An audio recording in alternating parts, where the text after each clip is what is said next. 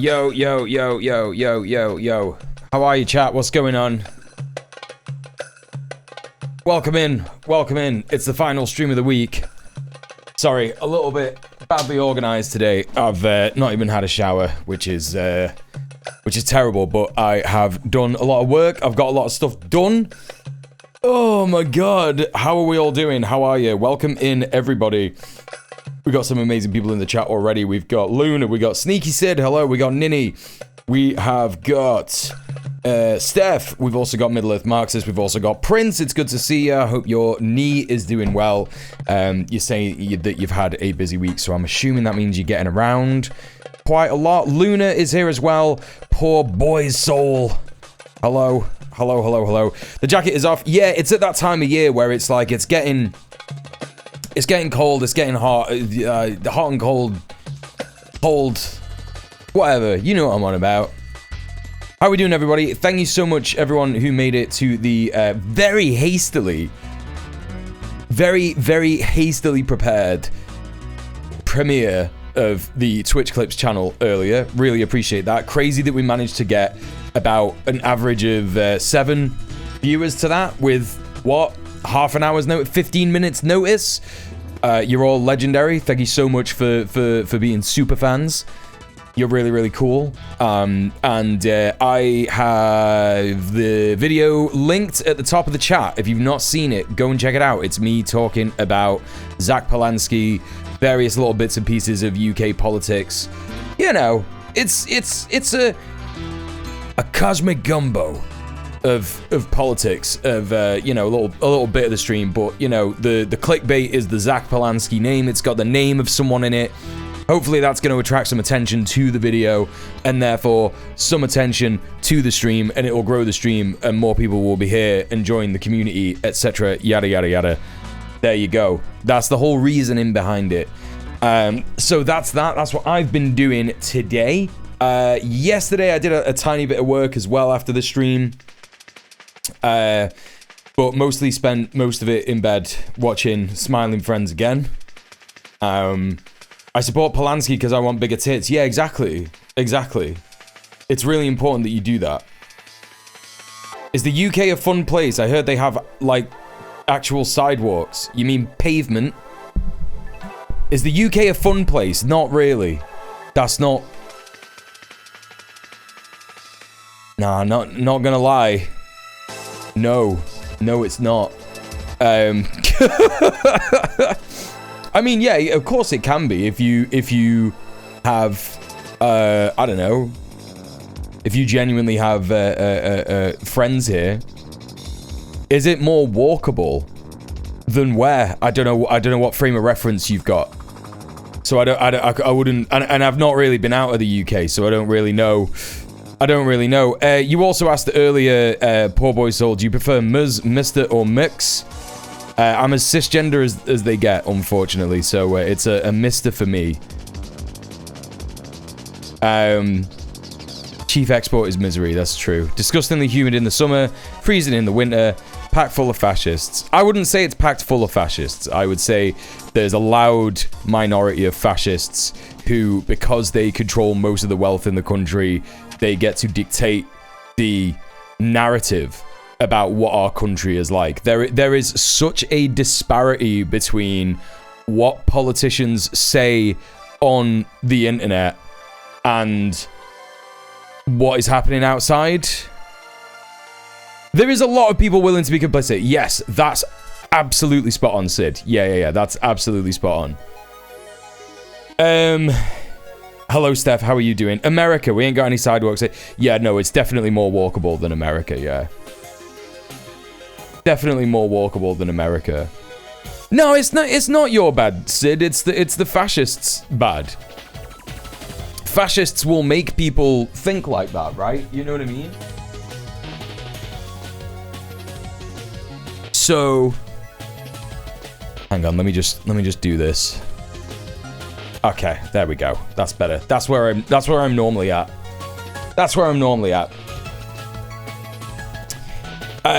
So, where am I up to? Anything else that I've done today? It feels crazy that that's all I've done today. I feel like I've done more. Oh, I did a TikTok. Yeah, I also made a TikTok. I made a TikTok. I edited the video that a lot of you have just watched. And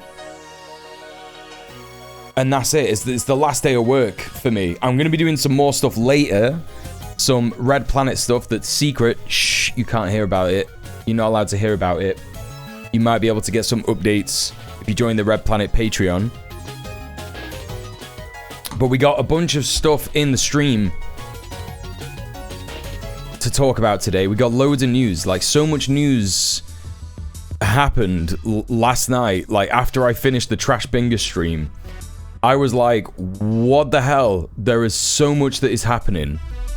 And so we're going to be covering a little bit of Zack Polanski stuff and a little bit of the Epstein hearing. A little bit of Farage in America, and there's a lot of news about Palestine and BDS. So, you know, a bunch of victories that we need to discuss. And then we're going to be topping it all off later with landlord brain rot. We've got some brain rot to begin. We've got some brain rot to begin with, chat. And the first thing I'm gonna look at, this has apparently been leaked. So we covered this on the stream the other day. I'm also gonna make a video about this on the Twitch Clips channel. This is audio from Graham Linehan's arrest. Audio from Graham Linehan's arrest at London Heathrow.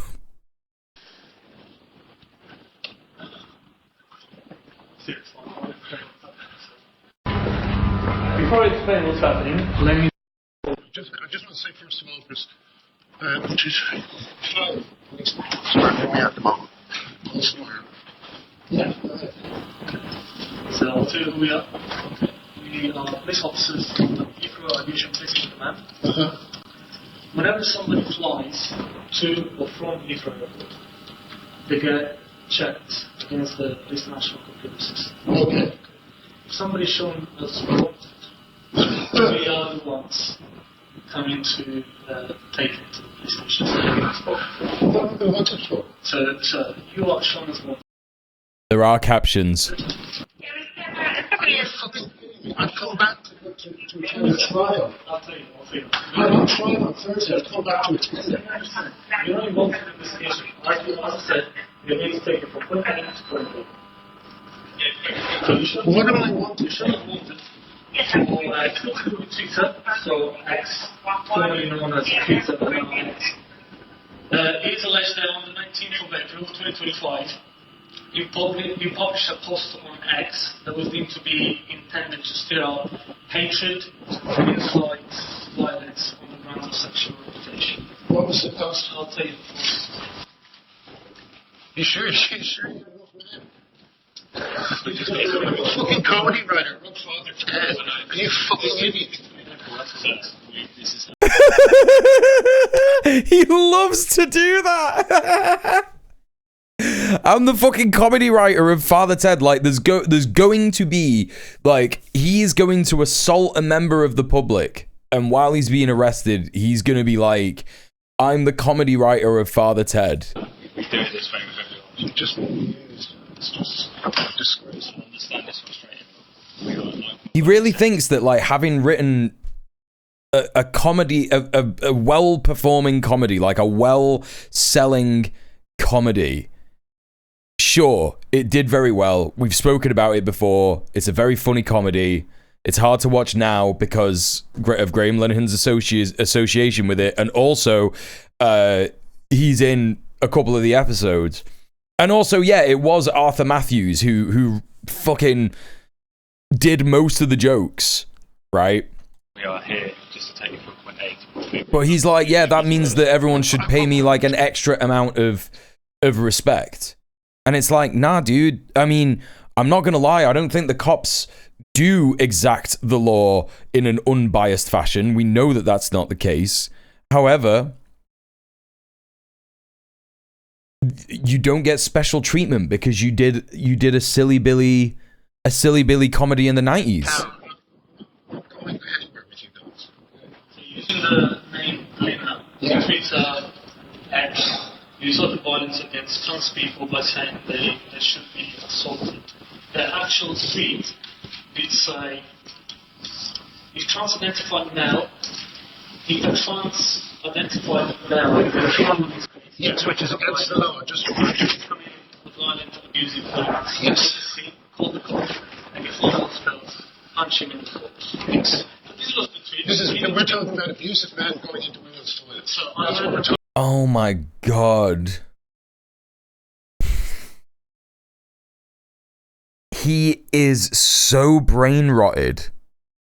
He is so completely brain rotted that when the cops are literally there saying to him, hey dude, you're saying that people should assault trans people in toilets, like, shock to me that the cops gave a fuck in the first place, for real.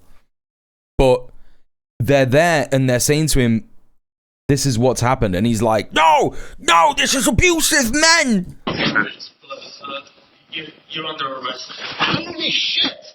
I don't fucking believe it. I'm under arrest. You know what this country looks like to America? Do you know what it looks like to America? Do you know what it looks like to America? Yeah, it looks like America, dude. It looks like America too. Fucking kill you. Wait, what? What? Fucking kill you.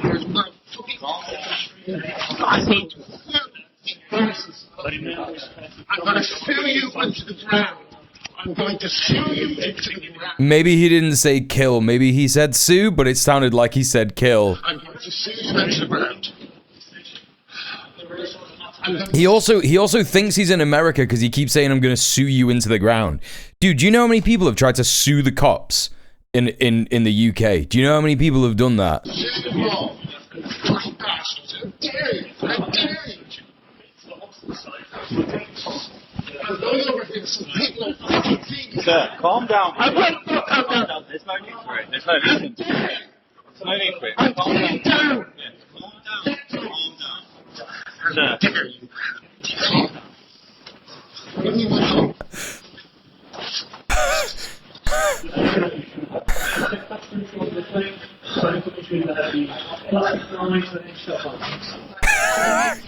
Thank you. I can re-explain things if you I know that's what's happening. You're taking his way down to this. That's what's happening. I need to see the video. Medication. Or medication.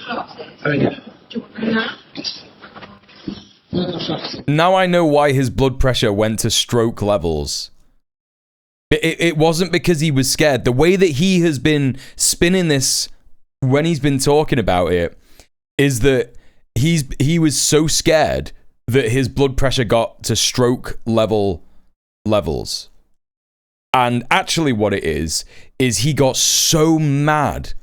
He got so mad that he is facing a bit of consequences for his evil, stochastic terrorism that he is inspiring, that he nearly had a stroke. I'm being serious. I think that this level of transphobia is actually self-harm. I think he's actually like hurting himself without even realizing it. I don't think he gets it. I don't think he gets, like, you hear about those studies of people who frequent places like Asmongold's subreddit.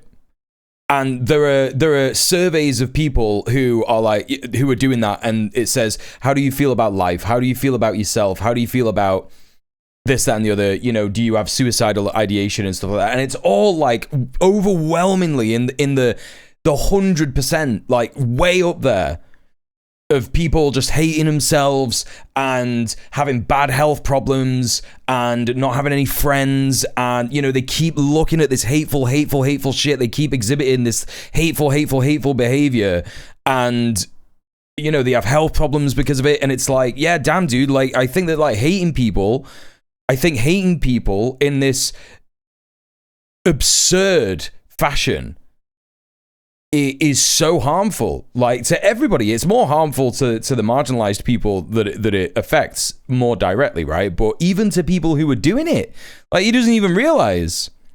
Hey David, how are you? No, this isn't video. This is just you know, it's an audio clip. This is just a screenshot, a picture of him from somewhere. Hello, Mia, how are you as well? Hello, Pecause Language, how are you? I might be against the carceral state, but I'd be fine with Graham Linehan in one of those fucked up postmodern prison cells from the Spanish Civil War. David, have you heard this? You know what? Let's replay this for the people who just got here.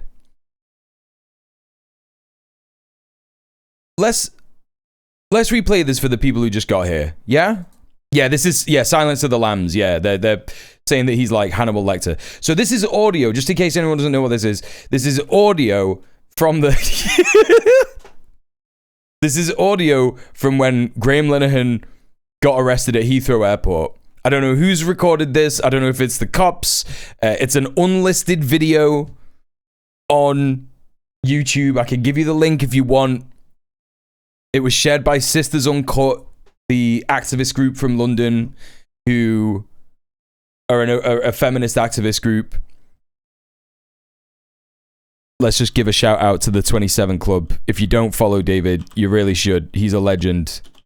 There you go. You sure? It's great. This is so good. Fucking comedy writer, Rob Father Ted. Are you fucking idiot? Hey, B-Rat. We do it this way with everyone. You just used. It's just disgrace. I understand it's frustrating.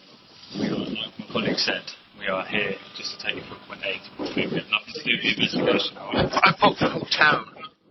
I'm going anywhere with you guys. What is that he said there? I'll fuck the whole town? Hey, Nappers, what's up? I'll fuck the whole town, did he say? I booked the whole town. Oh, I've booked a hotel. All right. So using the name Linehan, he tweets X. Use of violence against trans people by saying they should be assaulted. The actual tweet did say, if trans-identified male, if a trans-identified male, yes, which is against the law, just coming with violent, abusive words, yes, call the cops, and if one spells, punch him in the face. yes. This was the tweet. We're talking about abusive men going into women's toilets. So that's what we're talking about. Brain rotted. You're under arrest. Holy shit!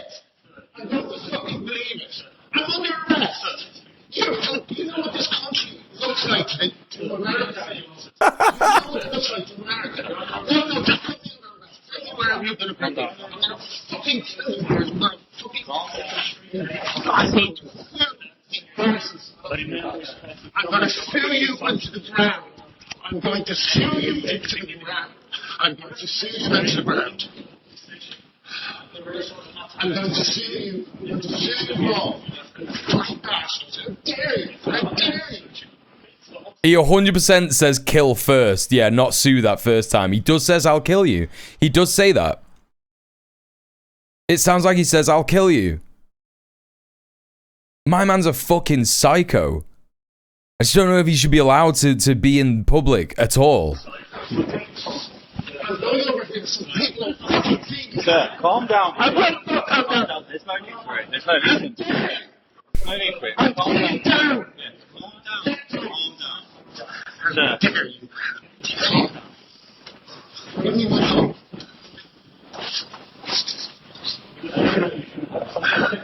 It's such a let them fight moment. Glenna versus cops, no bad outcomes.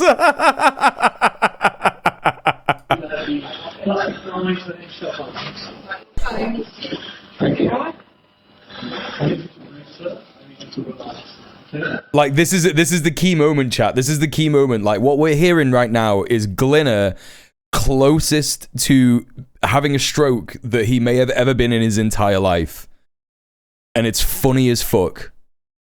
This is the sound. This is what we're hearing at this point. 3 minutes 43 in. They're saying, have you got medication? It's because he's gotten so red and his veins are popping and he's like foaming at the mouth and he's like clutching his arm and he's going... That's why. No, I know it's not what's Hey, Krill. That's what's happening. So, do you take any medication? Oh, yeah. Do you want that? Venlafaxine. I take venlafaxine.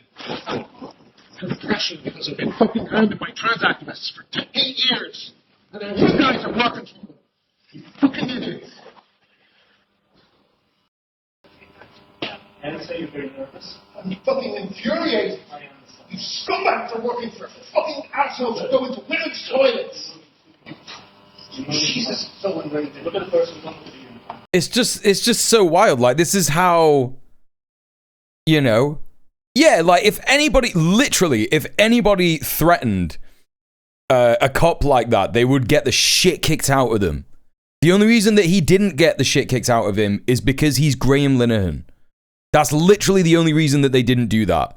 If I threatened a cop like that, I would get the shit kicked out of me. I haven't even threatened cops like that, and I've been assaulted by cops. You know what I mean?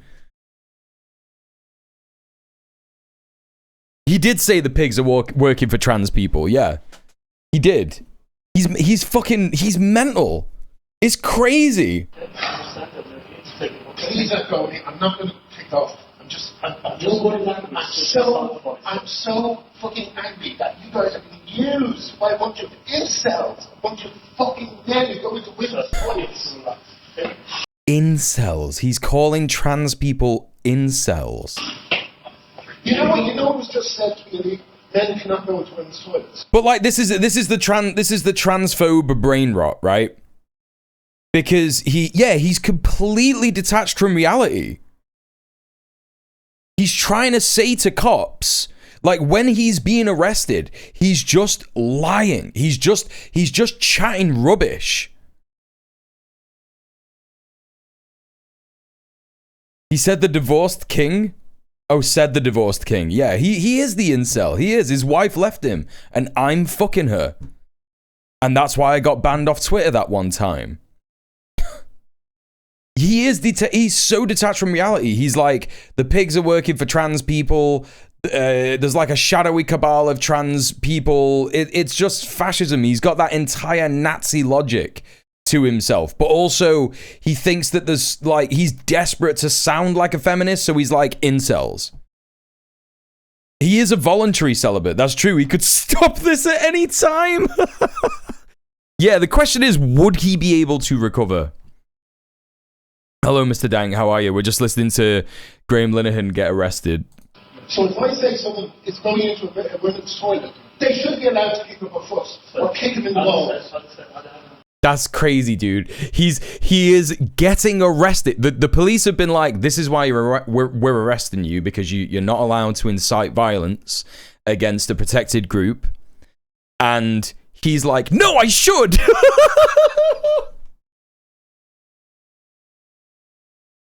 He's like, no.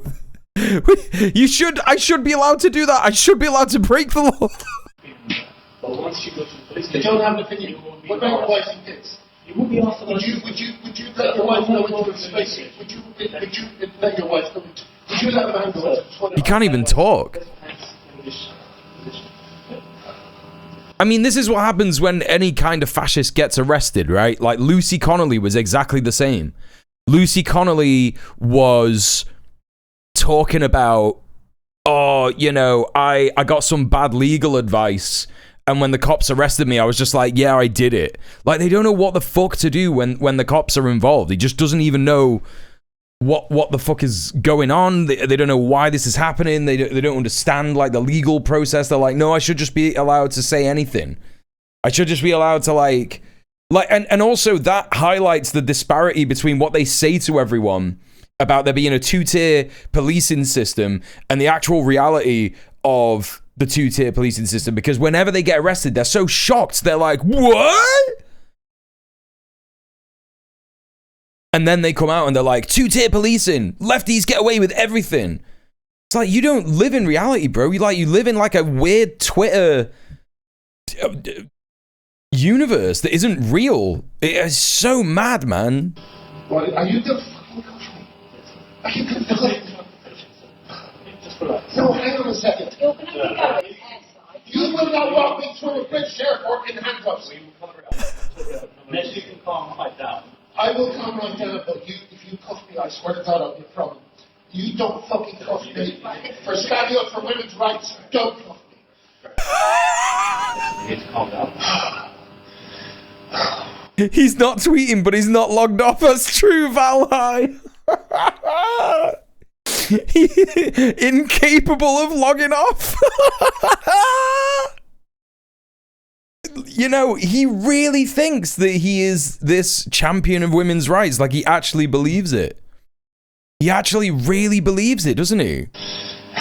He might even be screaming at a woman. What we can do is we can try to... Oh yeah, she sounds like a woman. Yeah? But you just need to bring it down. No, I'm not. There's no point in this now. You fucking cunts, you just fucking get me in front of it. I'm going to humiliate you in front of it. Like, I can understand yelling. It's crazy because I'm a person who yells when I get anxious, right? It's a problem that I have. I've had a lot of therapy about it. Yeah, it sucks. And I don't like to yell at people. And I've yelled at partners in the past and stuff like that. And I've always apologized and done better to try and like be better about it. But the reason that I'm bringing this up is because I understand the psychology of what makes men yell. We are men. We're told in society that we're not allowed to cry. So that energy gets transferred into anger when we grow up. So we are conditioned that you have to be angry to get your way. And crying is weak and you're not going to achieve anything, yada, yada, yada. But the thing is that it still is true that you are experiencing a traumatic opening of emotions. Like that is what yelling or crying is. And when that happens, a lot of the time, you just say what's on your mind, right?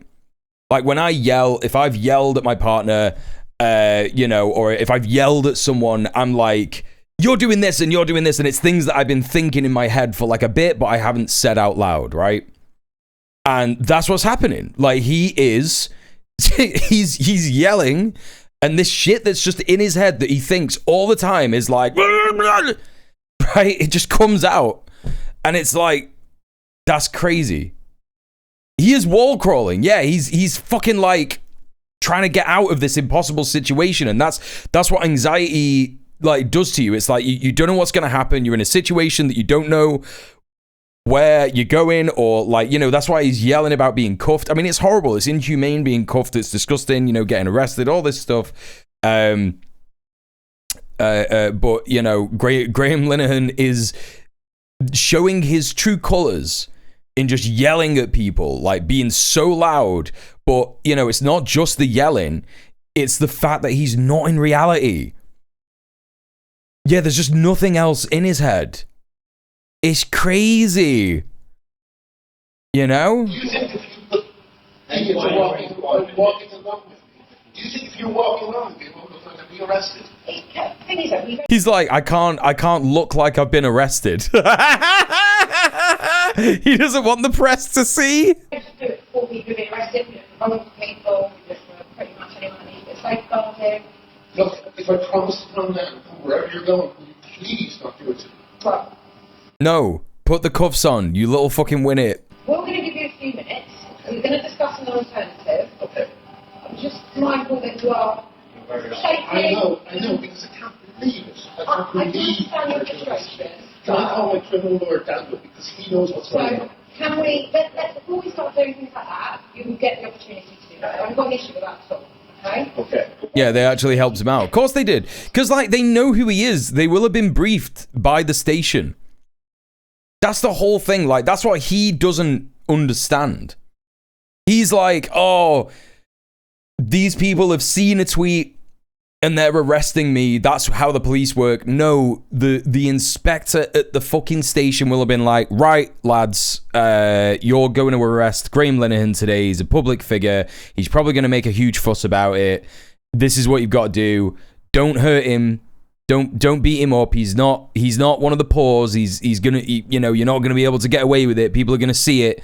and they'll make a martyr out of him. Like, that's what they will have said, right? Just bring it down. Just try and have a little breather. We're going to try and discuss an alternative. If that works out... Could you imagine if a cop ever said, like, I've been in situations where I've seen comrades arrested at protests. There isn't a fucking single second where they're saying, oh, okay, you know, do you want to sit down and have a breather? I'd be missing teeth if I said a tenth of this. Everybody would. He's literally threatened to kill one of them. Hey, Sorka, how are you? He literally said, I'll fucking kill you. Be a lot quicker and swifter. However, if we don't get the alternative, we need some level of compliance. Just come along with us. I'll be completely compliant. Okay? No, but you won't, though, will you? You through the airport, you'll have to go through passport control, and we'll get around back to the UK. Okay? Then you'll go to the police station, which is only around the corner, and some detective will come down to ask you questions in relation to the matter you've been arrested. In prison, they shackled me, cuffs on the wrists and ankles, and meeting in the middle. Yep. Yep, that's what happens. God, this is so funny. This is so funny. I need to hear that bit where he threatens to kill him again. Trans-identified male. The trans-identified male. Yes, which is against the law. Just coming with violent, abusive violence. Yes. Call the cops, and before those spells, punch him in the face. Yes. This is We're talking about abusive men going into women's toilets. So that's what we're talking about. You're under arrest. Holy shit! I don't fucking believe it. I'm under arrest. You know what this country looks like to America? Do you know what it looks like to America? No, this bit is in his head because he's just been to America. He's just been to America. He's been on all the right-wing podcasts. We watched him on Joe Rogan. He was saying things like, oh, in the UK, you can't even say that a man is a woman anymore, or whatever the fuck he says. And that's why this is immediately in his head. Like, his first instinct is, holy shit, I'm fucked. But then he's like, do you know what this looks like to America? Appealing to America's authority straight away. It's so funny. It's so funny.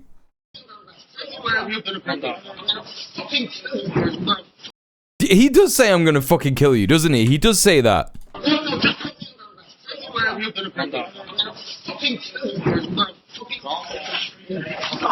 Maybe he doesn't say, I'm gonna kill you. Maybe he says, I'm gonna kill trans rights activists.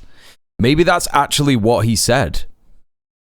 Maybe that's why the cops didn't beat the shit out of him, because it's like, if he'd have said, I'm gonna kill you to a copper, like, I just can't imagine a world where he'd get the shit kicked out of him for that.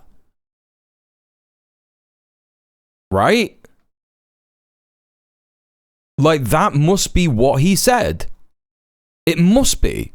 No, yeah, he's rabid. Yeah, no, Sorka, this clip is crazy. We've just been listening to it for the last 20 minutes, so I'm not going to listen to it again, but, you know,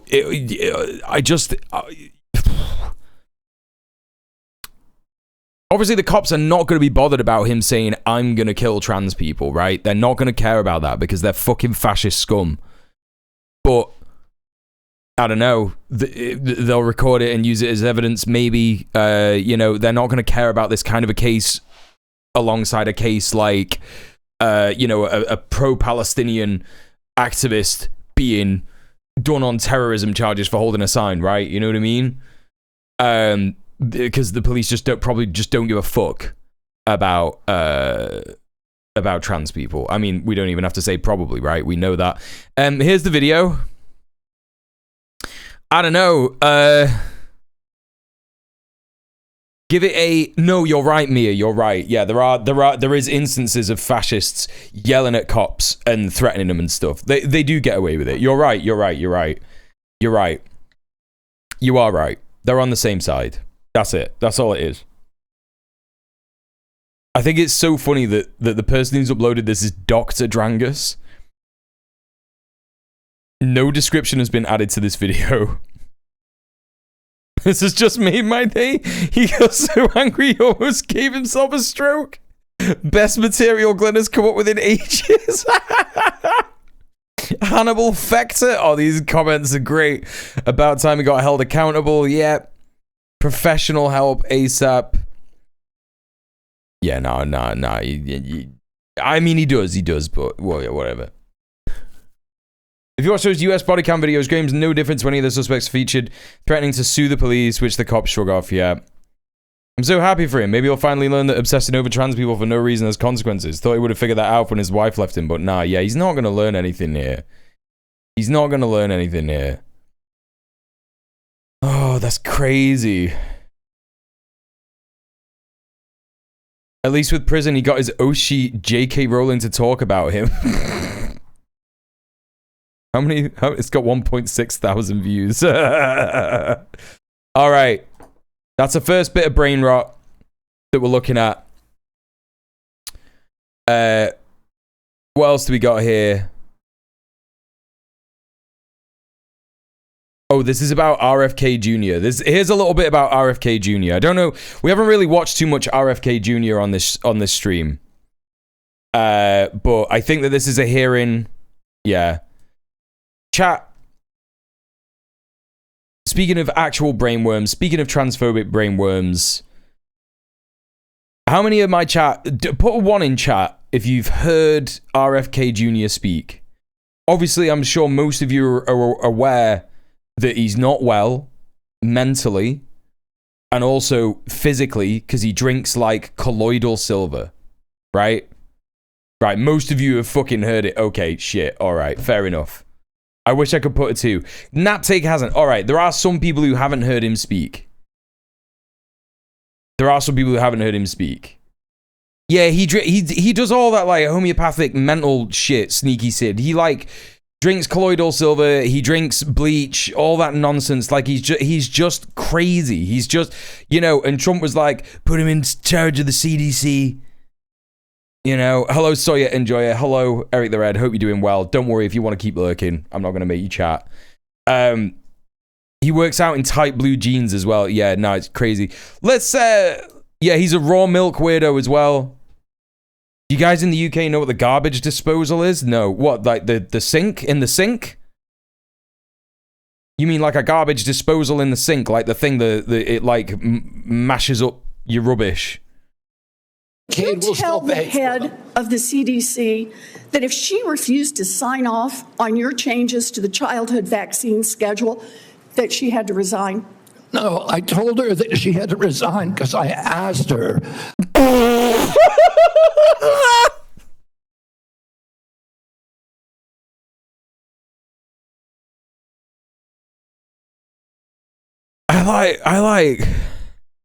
I just can't like that. Just the start of that is it's just crazy to me. It's just so crazy. Mia, thank you so much for continuing the gift sub that you got from Realan. I don't know why that's not showing up in my alerts,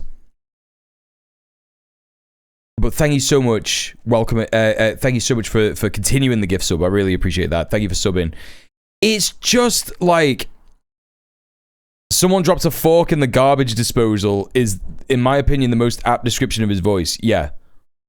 I see that all vaccines are to be withdrawn in Florida. Yeah, the Americans amongst us are having a great time. This is just crazy, chat. Like, you know, just his response is like a comedy. Like, what world are we living in? Like, South Park is real. You know, Smiling Friends is real. Rick and Morty is real. What's going on? What's going on, man? That she had to resign. No, I told her that she had to resign because I asked her, are you a trustworthy person? And she said no. He's so unwell. He's so unwell.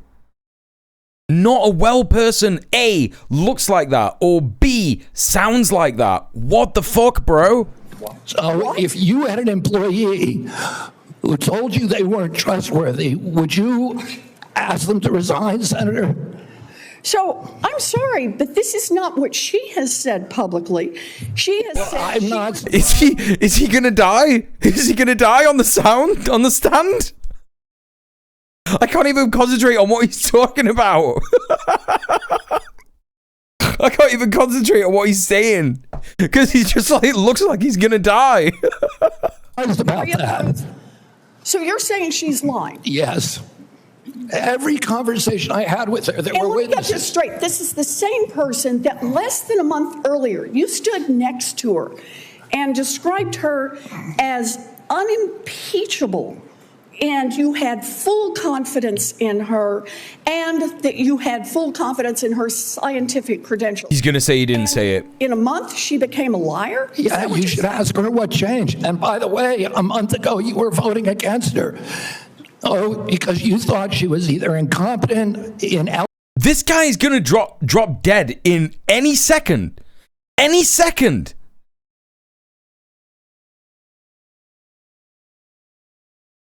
I literally can't even pay attention to what he's saying.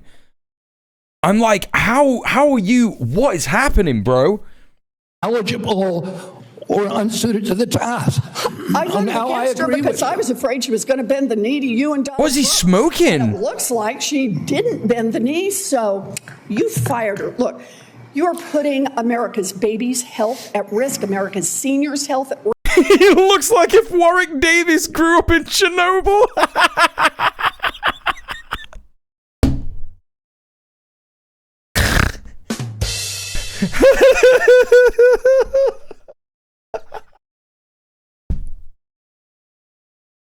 Risk all Americans' health at risk. Yeah, he does. Resign.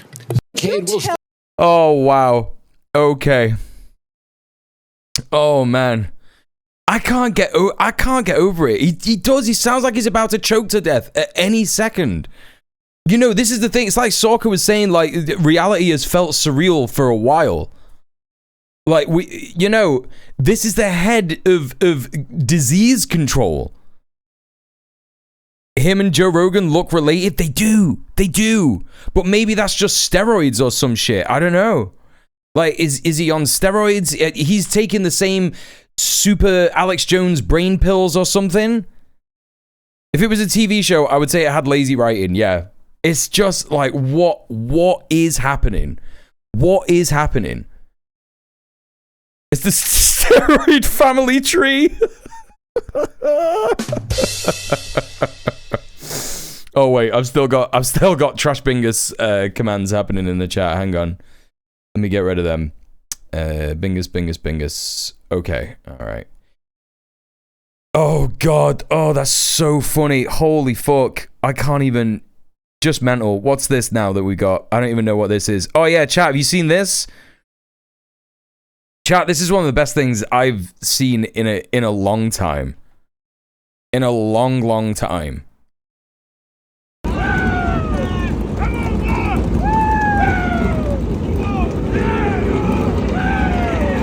Here's the love, here's the honor. If you can't come in her, come on her. Yeah!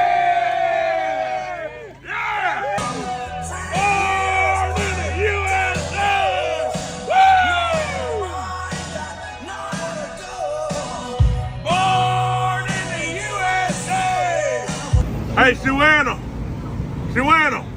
She's not listening. Hey, come up. You need to listen to your nana. Go ahead, baby. 6 o'clock. Girl, you crazy now.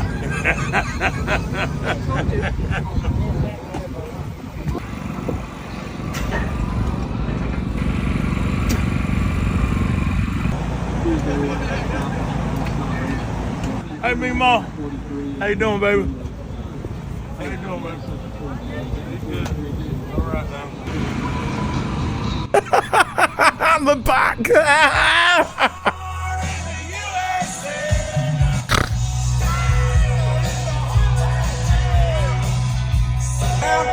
Hey, you lost, boss? No, I'm going to the race. What race? NASCAR race. You going to NASCAR? Yes, sir. A little bit. You ain't lost, is you? No, I'm good. I'm going to the race, sir. Sure about that? Yes, sir. Find something safe to do, boy. Yeah. If liquor don't kill us, pussy must.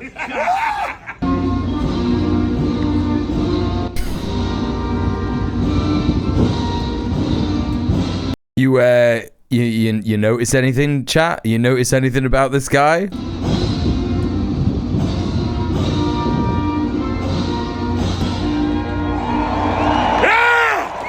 Took me a minute. Oh, that fucker will go. I see. Dan Arthur. Randy Van Devin. Dan Arthur. Oh, South Dakota. Yeah.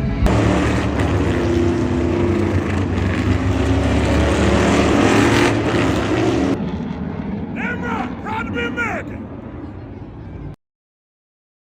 Chat, this is Whiteface.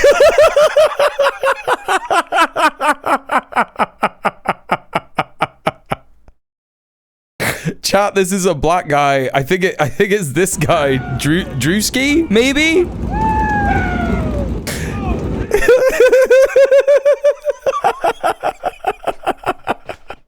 in Whiteface. So good.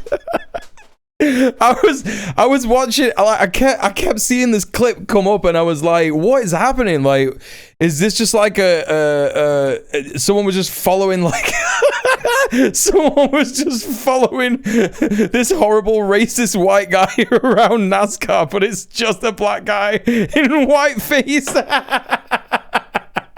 It's so good. Oh my god, it's so funny. Oh, it's so like, oh, get the person who did this makeup an Academy Award. Oh, holy shit. Oh my god, like I watched this a couple of times last night. And I was like, no, it is. Like, I just clocked it on the second watch. I was like, oh, I kind of see a bit on his eyes that's like smudged a bit. But then once you see it, you can't unsee it. It's like, yep, this. Great stuff. Yeah, there you go. So people out here are doing some amazing stuff, chat. They're just doing amazing content amidst the collapse. You know? Amidst the collapse. All right, where are we up to? I have got news to do.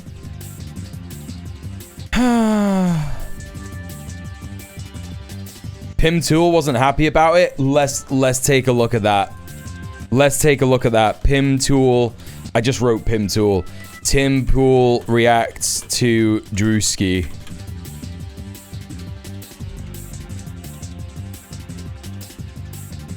All right, let's see what Pim Tool's got to say about it. It's a black guy. That image on the screen right now you're looking at, that's actually a black guy. He put on makeup, and he even got makeup for a fake farmer stand. And he did this comedy bit where he dresses up like a white redneck guy and goes to NASCAR and then makes a bunch of jokes. And it's getting massive attention with a lot of people questioning whiteface. Why is it that a black man is allowed to dress up and put on makeup like a white guy, make fun of white people like this, but you can't do it the other way? And they're so mad. They're so mad that they can't do blackface. They just want to be able to do blackface. That's all this is about. It's so funny because it's like, I look, I'm a white guy, right? I don't know if you've noticed. I'm a white guy, yeah. Crazy. New information coming out. But I think as white people, we understand a lot of the time that there is still racism within us, right? There are elements of racism. You might do something. It's kind of like an ingrained behavior. Maybe it's something like you check your wallet when you notice a black guy coming at you at the street or something. These are all things I've done in the past. And you know, you might have like an intrusive thought and you go, shit, that's fucking racist. Why did I think that?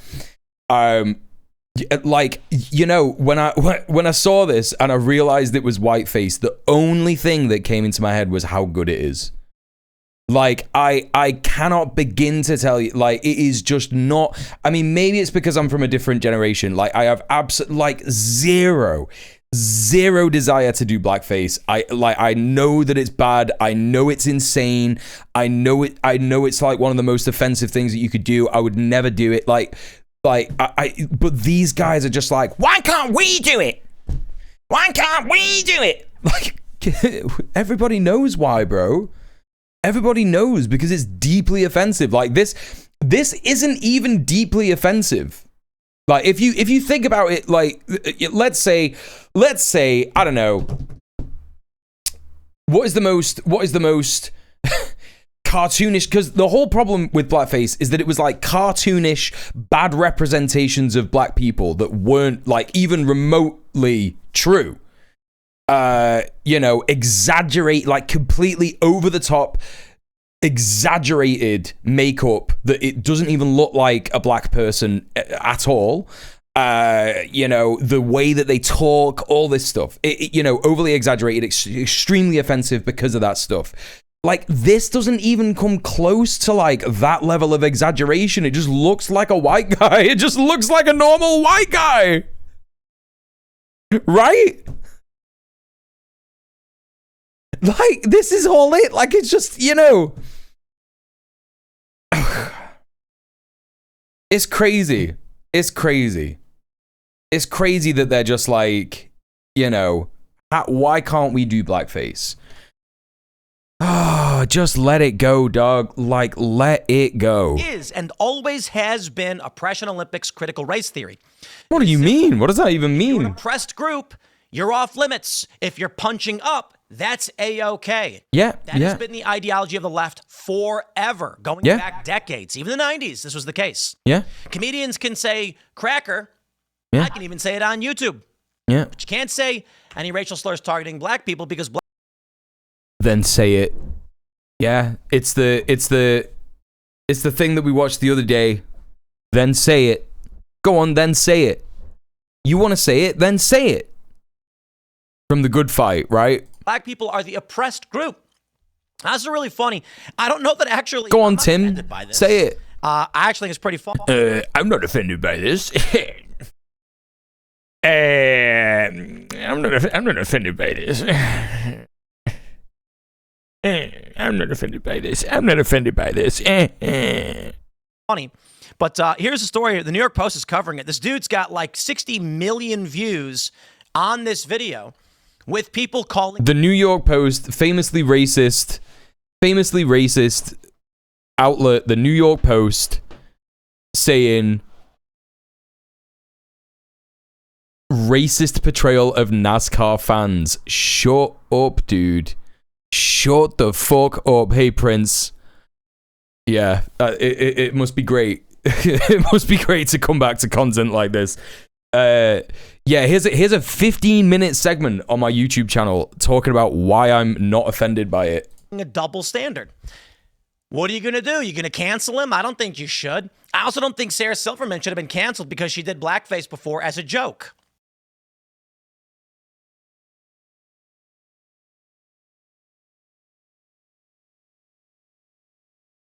This guy's not literally doing whiteface. Okay, I guess maybe you can call it that, but let's break this down. First, let me show you. Wait, what did he say? This guy's not literally doing whiteface? Whiteface. Wait, what? Did he make a mistake? Or as a joke. This guy's not literally doing whiteface. Okay, I guess maybe you can call it that, but let's break this down. First, let me show you what's actually happening. Comedian Druski's viral whiteface performance stuns fans and draws ire for racist portrayal. Let me show you what's happening. Reads New York Post article. Portrayal of NASCAR fans. I don't care. Guys, bro. Sounds like you care, bro. Sounds like you care, dude. That, let me see if this is, I think this is one. And let me tell you about where we currently are as a country. I'm going to pull up some racist videos for They're all over Instagram. YouTube might get mad. But I'm going to make a point. Yeah, you could say it's classist, but it's not racist, right? It's not racist in the slightest. I'm going to make a point about this. I saw this video at first. I didn't even think anything of it. I actually thought that was a white dude. It's not. Here you go. Look at that. It's a black guy. And I think we got the video right here. Let me play some of this video for you. All right, we don't need to see this. We've already watched it. I don't know why I ain't even mad about this? Because I'm going to pull up this video. He's doing AAVE. He's going, I ain't even mad about this. You want to know why I ain't even mad about this? Come on, Tim. Holy shit, this dude. This is Instagram right here. 10,000 likes. And YouTube's not going to like this one. But I'm not going to cry. Is he just going to show something racist? I don't get it. I don't get it. This is where we are right now as a country. Let me play this clip. I swiped the EBT. It said decline. Girl, I ain't paying no cash. Hell no. You ever been in a situation like this with a bonnet-wearing LaFonda? You're not racist. You're just exhausted. Right, he's going to do the whole black fatigue thing. He's going to be talking about this new thing where fucking racists are like, oh, I'm just tired of black people, right? Yeah, man, that's not racist. That's not racist. He's this whole shit. I ain't watching. We're not watching this shit. We're not watching this shit, dude. Is he just gonna watch racist videos for the rest of this video? Is that all he does? Exaggerated Southern accent. I think, do I have the tweet pulled up? Yeah, it's got 60 million views, 65,000 retweets. he's so mad. he's literally he's like, I'm not even mad about it. I'm not even mad about it. It's got 65,000 retweets. It's got 59 million views. I don't know why he's not referring to that. I don't know. Hodge Twin said, hell yeah, brother. What did this person say? Deadass, some of y'all will find racism in literally everything, and that's pathetic.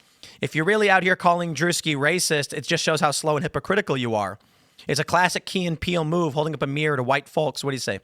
White folks acting extra like it's comedy, not a hate crime. For real, how many times have y'all seen some white dude? Now I'm going to put it like this.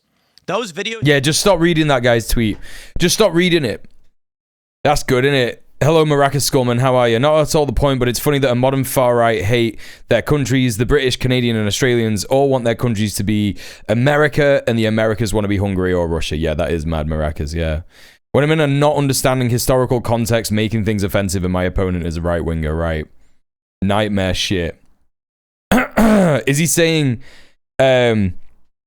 Is saying, I hope he regularly drives a Cybertruck considered a threat? Nah. Nah. I just showed Those are good cars. Those are good American cars. Those are good all-American cars for an all-American man like Tim. I think he should enjoy his Cybertruck as much as possible. I think he should drive it as much as humanly possible. I think he should try out the amphibian nature of the Cybertruck as well. They're overt stereotypes. I mean, the one where the guy's in the sub and is like, and explodes, certainly is not racist. But dude. Wait, what? What did he say? Those videos I just showed you, where are all racist. Overt stereotypes. I mean, the one where the guy's in the sub and is like, and explodes, certainly is not racist. But dude, there are so many videos endlessly on Instagram where it's Indian people, it's AI-generated videos where it's like, there was one where this little Indian boy goes, Dad, I want to be a doctor when I grow up. Oh my God, he's doing a racist accent. What the fuck, bro? You know, like, come on, man. The simulation is getting a little real. It's getting a little too real.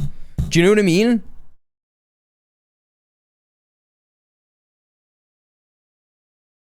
Like, it's getting a little too real. He's out here being like, oh, you can't be racist, but he's being racist. He's being racist in the way that he's talking about. He's like, oh, you can't impersonate a racialized person. You can't do that. You can't get away with it. But then he's just shown loads of videos showing people making racist jokes, like AI jokes or whatever, and Instagram just allows it because it's a racist platform. And now he's doing an embarrassing racist accent, impersonating an Indian boy. I'm not fucking playing this shit. Like, the pendulum has swung so far back in the other direction. I'm getting a little uncomfortable.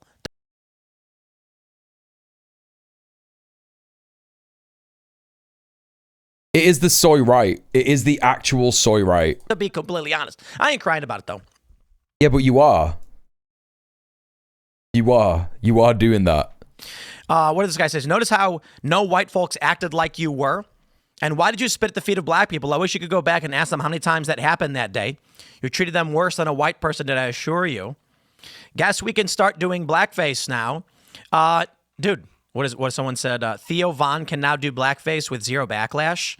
Bro, that's the point I'm making.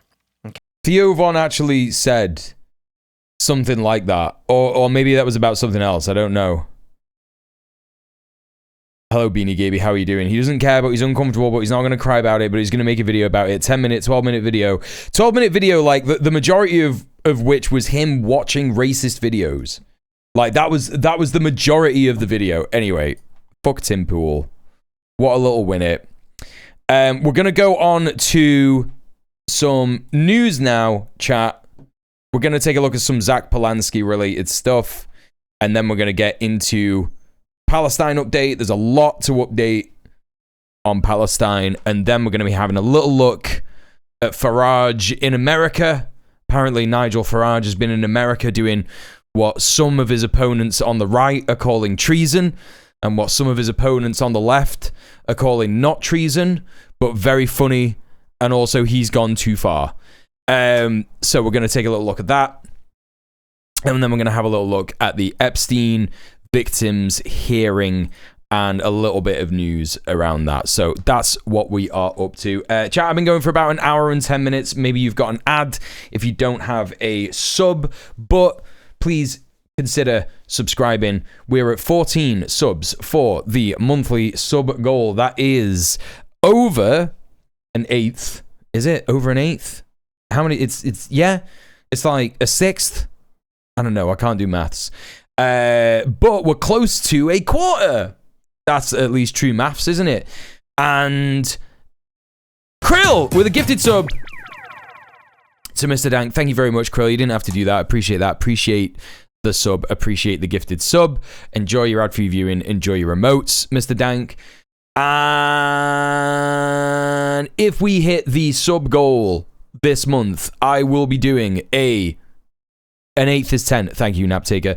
I will be doing a DJ stream. I'll be spinning some drum and bass live, and the sound will be much better. Will be much better than it was last time. I didn't check the levels last time, which is annoying, but it's going to sound much better this time. So there you go. You got that to look forward to. We've also got the dono goal as well. Please consider subbing off Twitch. It does help me out. The dollar is performing pretty badly against the pound at the moment. So if you do your own conversion, which isn't converted by Twitch, and therefore I get less money through Twitch because it's all dollars, you can indeed sub off Twitch, and that means that 100% of the money that you spend actually comes directly to me, your boy Donkus Jonkus. And also, if we get to the £400 dono goal, I'll be doing a gaming stream with Aslan, Murphy, and Goblin Hugger. We were supposed to do it this month. We didn't hit the dono goal last month. Hopefully we can hit it this month, and that'll be great. If we get to the halfway point of either goal, yeah, I'm allowing 2 chances, the halfway point of either goal, we will be watching movie night. We will unlock movie night for this month. We'll be watching it in the Discord after one of the streams on the week that we unlock the movie night. So there are all of your incentives. Please consider supporting me. Please consider. This is my full-time job at the minute. UK benefit system is fucked. I've actually just reminded myself that I need to speak to the benefits people, to the job centre. Okay, yeah, I've just reminded myself of that, and that's deeply stressful. But if you want me to be less stressed, give me money. That's the message. Mule, I'm going to hold your hand. 80 divided by 8. Yeah, nah, it's not going to work. It's not going to work. My brain just doesn't let it work. All right, where are we up to? Zack Polanski. Zack Polanski made an announcement earlier today. He said a new era of politics is on the way. A new era of politics is on the way. An announcement at 4 p.m. But actually, it wasn't an announcement at 4 p.m. It was an announcement at like 9 p.m. last night. He's doing a podcast, which is incredible because, of course, what do you do when the mainstream media is already overwhelmingly against you? You make your own media. That's great comms. Fucking let's go. Absolutely incredible stuff. You love to see it. So I'm going to be listening to this. First episode is with Ash Sarkar from Novara Media. And yeah, I'm looking forward to hearing it. I think we got some clips of him talking on... So this is Good Morning Britain. It's the ITV, it's Channel 3's flagship breakfast show. I don't know if it's flagship. I don't think you can call it that. It's not that. It's the breakfast show. So it's daytime TV, basically. But it's a this was at 6 in the morning. Jesus Christ. Can you imagine getting up at 6 in the morning for politics?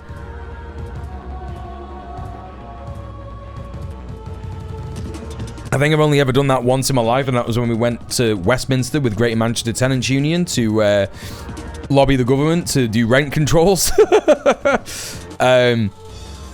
But anyway, of course you can, Mia. You're a nurse. You have to get up at 5 a.m. all the time. It's crazy. I can't imagine getting up at 6 a.m. I just can't imagine it. I get up at 4 every day. Middle-earth Marxists, that's crazy. I'm usually going to bed at 6 a.m. Right, exactly. I'm more close to going to bed at that time than waking up. Exactly. Right, okay. Let's see what Zack says here. This is a question about immigration. We got a minute of this. I want to ask you about immigration because it is a huge topic, and you have called Nigel Farage one of the most effective political operators that we have seen in this country. While he is taking over the debate on immigration on the right, you seem to take, unsurprisingly, a totally different view, which is no limits on immigration. Is that the case? Well, I first want to qualify that I despise Nigel Farage's politics. So although I'm saying he's an effective political communicator, a lot of the things he's done, like Brexit, I think have been catastrophic for this country. I think it's also undeniable that he cuts through. People know who he is and they hear what he says. On immigration, I think the question is this. We have an ageing population. We have 150,000 vacancies in our National Health Service. Now, of course, we should be training British workers to have the future jobs. But at the same time as doing that, we should recognise that when migrants come here, they are very often paying more into our benefit system through tax than they are taking out. So no limits? Well, I think the question is, why would you want to set a limit? And if the reason you want to set a limit is because we need more council homes, we need more investment in the National Health Service, I agree. But none of that is a problem of migrants. The problem there is multimillionaires and billionaires not paying enough tax and not enough investment in public service. Okay. Those are all... Great answer. Great answer. Political choices. We can make different political Are you going to be the Nigel Farage of the left? Well, not in terms of his politics, but in terms of the storytelling and cut through, absolutely, that's part of the ambition. Interesting. Zack Polanski, thank you. That's an interesting take. Are you going to be the Nigel Farage of the left? And he's like, not in his politics, but definitely in the cut through. And he is cutting through. He's already cutting through. He's been on Good Morning Britain. They're trying to, like, paint him as some kind of loony lefty here. You know? Oh my God. You are no limits. So no limits. So no limits on immigration. And they really think that that's going to be like... I mean, yeah, in mainstream news, it might be something that they like blow up and be like, he wants no limits on immigration. We're gonna get invaded, right? Oh no, we did a whole thing about him, Prince. He's a great guy. He's the leader of the Greens. Check out my video. It's pinned at the top of the chat. It's specifically about him and kind of the electoral politics at the moment in the UK. And kind of where we're at and how Zack Polanski and the leaders in the Greens are presenting a much better alternative. Mule, can we get a base emote? That's a great idea. We do need a base emote. Yeah. We need a base emote. We need the trans power emote. Yeah, it's all going to be that shit. It's going to be, yeah, it's going to be, he wants everyone in the world to move into your nan's house and steal their toothbrush. That's going to be the line. In the same style as Bingus. Yeah, defo. Yeah, based sounds good. All right, what's this? What's the next bit that we've got here? Ed Balls and Susanna Reid get the chance to interview the newly elected leader of the Green Party, and this is what they do. So they're hitting him with the titnosis shit. They're hitting him with the titnosis shit. New Green Party leader Zack Polanski, sorry for giving women breast enlargements by hypnosis. He was laughing. He was laughing when he saw this. Not the start you'd Imagine. Just to understand, because of course this would be the first. Not the start that you'd imagine. Dude, this is fucking 2013. This is 12 years ago. What do you mean, not the start that you wanted? You know? Can I just say that I hate the our economy needs immigrants argument? Stop doing imperialism and less people will have to emigrate from their home country. I think that it is a very basic understanding of migration. And I think that it is not an anti-imperialist take. You're right. I think that, for example, like when I've tried to speak to my granddad, for example, about migration, and I've said things like, we are supporting Saudi Arabia who fund the RSF in Sudan. The majority of migrants at the moment that have boosted migration numbers to Britain and the rest of the world just in general. The majority of those migrants are from Sudan. They're Sudanese people. And we have the option to introduce sanctions against, not Saudi Arabia, sorry, the United Arab Emirates. We have the possibility to do that, you know? More people are going to come due to climate change as well. Yeah, I mean, that's already happening. That's another reason why they're ramping up anti-migrant sentiment. Yep, spot on. The walled world is something that world leaders have discussed for a long time, especially huge blocks of countries like the EU. That's what the Schengen zone is all about. That's what the EU maritime border is all about. It's literally trying to wall off the white Western imperialist colonial countries, right? It still presupposes that you wouldn't want immigrants because they're sticky foreigners. Yeah, like this is the thing. It's like, you know, you can have that conversation and be like, yeah, we need to stop doing imperialism and we need to stop funding countries that are forcing migrants to leave the country that they're in. Because, you know, this is the question that most racists like will ask. They'll be like, why don't they stay in their own country? And then you explain it to them, and then they'll be like, yeah, well, whatever, fuck them. So it's like, you know, that's a pointless conversation. But if you're having a conversation with like an old person in your family or something, and they are like willing to learn or willing to change, it is something that you say. You just say, hey, listen, we are funding people, or we are friends with states that are funding people who are murdering and genociding people within their own country, and that's why these people can't stay in their own country. And also, like, here's the thing: it doesn't matter. Like, these people are good. Like, they're just human beings, you know. So I think it has to be. I think like the correct line on immigration and migrants is a balance of those two things, right? Actually, it doesn't matter if there's loads of people in this country because we got loads of space, and also, we need to stop doing imperialism in the imperial periphery. And hopefully there will be more countries that allow people to settle in them if they need to escape some kind of horrible imperialism, and also that they don't need to leave in the first place, because that imperialism is dramatically reduced with people who have the most power in this world, you know, not doing the imperialism anymore, right? First time that very many of our viewers will see you as the Green Party leader. Just explain, at the time, you believed that through hypnotherapy you could enlarge a woman's breasts and charge people for that.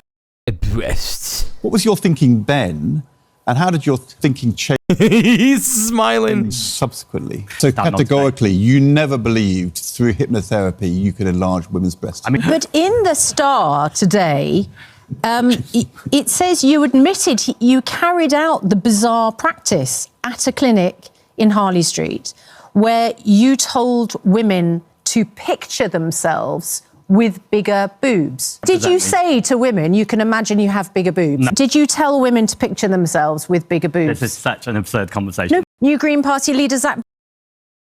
So they just like did the Jeremy Corbyn treatment. Did you do this? Did you do it? Why did you say it? Why did you do it? Smear, smear, smear, smear, smear. Good stuff in it. It's good stuff. Why did you do it? Why did you do this? Why did you tell women that they could have bigger boobs? Also, who cares? Who cares, dude? No, this editing was done by the person who posted the... No, they didn't cut out the responses. That was done by Saul. That was done by the person who put this video on Twitter. This was just to highlight the kind of questioning that he had. I don't know what his full responses are. But, you know, he probably had decent responses to it. It's like, yeah, I said some dumb shit in 2013 because the Daily Star or the Sun were demanding that I do a story on, you know what I mean? No, I'd love to know what he said as well. I'd love to know what he said. All right, well, there's Zack Polanski. There's the Zack Polanski bit. Let's have a little look at Nigel Farage in America. Now, I don't know what the fuck Nigel Farage is doing in America. I guess we're going to find out. In these clips. He's in America at the minute. I don't know what. Sure, fine. He's always in America. He loves Donald Trump, but apparently there's some kind of like huge thing. Nigel Farage and others testify on Europe's approach to speech, innovation, and impact on the US. So let's have a little look here. Jamie Raskin, I don't know who this person is, but apparently this guy takes the piss out of him. So let's see. They only want to protect speech they agree with. In the UK, Mr. Farage is openly promoting the abolition of the Human Rights Act of 1998 to be replaced with a British Bill of Rights that limits the right of free speech to British citizens and legally sanctioned residents. He complains that racist threats against immigrants are not protected free speech, while he proposes to strip migrants, tourists, and perhaps even visiting American congresspeople of any free speech rights at all. I had my own close encounter with that when Mr. Farage and his team presented for more than an hour in a conversation we had about free speech. And after 3 minutes of talking, he cut me off and terminated the meeting because he didn't like what I was saying. That's the kind of free speech he's committed to. There is a free speech crisis in America today, but there's no free speech crisis in Britain. UK Prime Minister Keir Starmer has not shut down GB News, where Mr. Farage has his own show, just because Mr. Farage has used his airtime to call for banning peaceful protests that he disagrees with. No one has stopped him from going on Russian TV 17 times and saying also and repeating that the one world political leader he most admired was Vladimir Putin, even though Vladimir Putin is a war criminal and a dictator who has regularly interfered in other countries' democratic elections. No one has stopped Mr. Farage from parroting Putin's absurd talking points, like when Farage claimed that NATO, the US, and Britain provoked this war in Ukraine. For a man who fashions himself as some kind of a free speech martyr, Mr. Farage seems most at home with the autocrats and dictators of the world who are crushing freedom on earth. Mr. Farage wants to get rid of the Online Safety Act in his country, a law shepherded by the Conservative Party and implemented by the Labour Party, which bans child pornography online, protects children from harmful content, forbids non-consensual pornography and other unlawful content. This is just like not accurate. He should go and advance the positions he's taking here in Congress today in Parliament, which is meeting today, if he's serious about it. To the people of UK who think this Putin-loving free speech imposter and Trump sycophant will protect freedom in your country, come on over to America and see what Trump and MAGA are doing to destroy our freedom, kidnap college students off the street, ban books from our libraries, militarize our police and unleash them against our communities, take over our universities, wreck our professional civil service, and turn the government into a money-making machine for Trump and his family. You might think twice. You might twink twice before you let Mr. This motherfucker just said twink. You might twink thrice.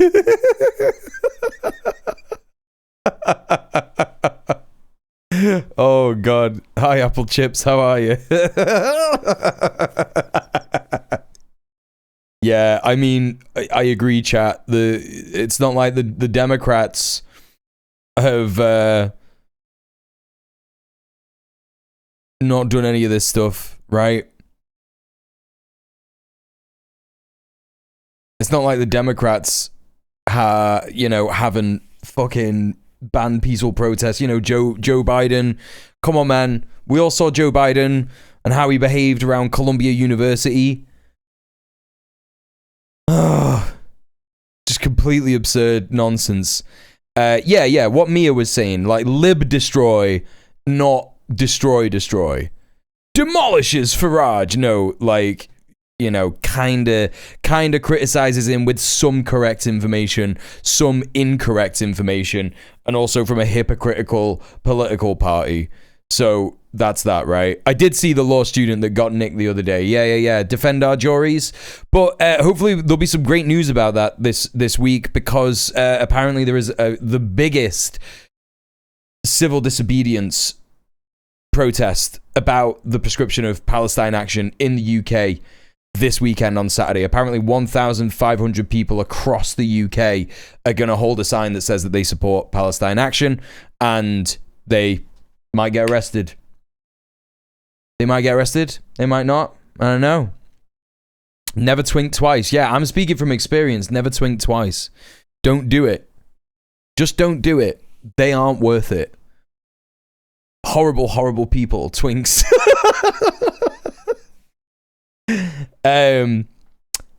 So, what's next? I still don't really understand why he's there. I still don't really get what's going on. A man who fashions himself as a free speech martyr. This is that same guy.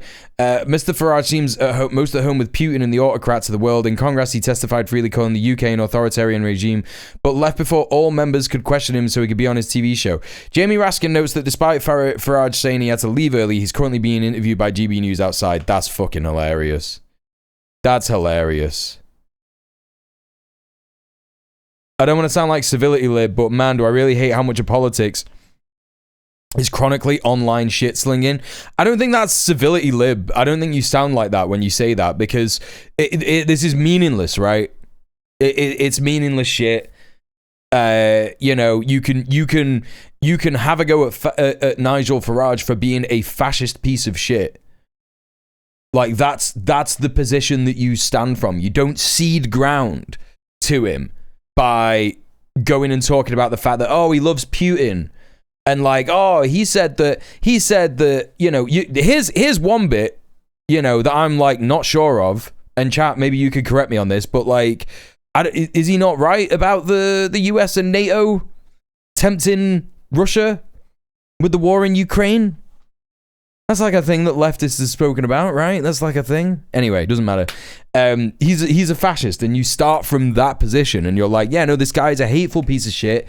He hates migrants. He hates anyone that is not white, British, cisgender, heterosexual. Yeah, and he's a dinosaur of an old kind of politics that needs to die, and that's the end of it, right? But a Democrat would never say that. You know, his argument is basically the USA sucks, don't be like the USA. That's accurate. Yeah. I agree with it. Let's see what this guy's saying. It would be consistent with the rules and the practice for a committee for us to send someone and invite him to come back, because I think we have 5 or 6 members who haven't questioned yet. Would that be all right if we sent someone to go alert me that there's still members waiting to do their questions, just out of courtesy and respect for our colleagues? Well, the chair will make note that the witness has appeared voluntarily, he has left voluntarily, but in terms of going and asking him to come back, no objection there. Okay, if we could do it, if we could find him, I'd like to submit for the record this clip from GB News. British free speech under threat. Nigel Farage says UK is an authoritarian state like North Korea. I can't hear a fucking thing, chat. What is that? This guy's from the Mirror. From the fucking Mirror. Garbage journalism. Be better. Get a better microphone. Alright, what's this? I've not felt that satisfied in years. Is this that same clip again? In the UK, Mr. Farage is openly promoting the abolition of the Human Rights Act. How can you feel satisfied by this? Who is this? Are these all just like liberal idiots? Who are these people? All right. Let's watch the breakdown of this from Politics Joe. Again, Politics Joe, fairly liberal. Nigel Farage absolutely destroyed by a Democrat congressman in committee hearing. If it's just this guy again, that's pretty annoying. I mean, there's more things that he's bringing up here. So, I don't know. Maybe this is more of an actual demolishing or maybe it's more liberal posturing. Has not shut down GB News, where Mr. Farage has his own show, just because Mr. We Farage heard this. used his airtime to call for banning peaceful protests that he disagrees with. No one has stopped him from going on Russian TV 17 I love that times pink hair, and yeah. saying also and repeating that the one world political leader he most admired was Vladimir Putin, even though Vladimir Putin is a war criminal and a dictator. This hearing's just a drive-by hit against a strong Democratic ally to benefit a Donald Trump sycophant and wannabe. Thank you kindly, Mr. Chairman, and welcome to our witnesses. I imagine that in a hearing about threats to freedom of speech abroad, we might hear from a Russian dissident about Putin's massive violations of political freedom, or the death of Alexei Navalny in prison, or perhaps a Chinese activist about. They love to focus on Russia and China. They love that shit. They fucking love that shit. American imperialism is a bipartisan agreement. It's a bipartisan issue. This guy's a centrist Florida Dem. He's from Maryland, apparently. President Xi's attacks on free speech in Hong Kong, Tibet, Xinjiang, or the persecution trial of Jimmy Lai. Yeah, Navalny was a fascist as well. That's another thing. Like, you know, two things can be true. Putin can be bad, but also Alexei Navalny was a... Oh man, what was the... He like called Muslims cockroaches and shit. Like he had like a gun pointing at fucking Muslims and was like, kill all the cockroaches and shit. Or maybe a journalist about the Saudi Crown Prince's assassination of Jamal Khashoggi, the Washington Post writer who... Saudi Arabia is a vassal state of the USA. That was sanctioned. That was sanctioned by the USA, dude. Demanded freedom from religious persecution and oppression in Saudi Arabia, but no. That was a gift from Saudi Arabia to Donald Trump. And obviously this guy does hate Donald Trump, but wishy-washy, imperialist, nightmare, bullshit, liberal dog shit. Dictators of the world have got nothing to fear from this hearing. The Republicans called it to attack our... Is this guy an APAC? Is this guy an APAC Dem? APAC tracker Jamie Raskin.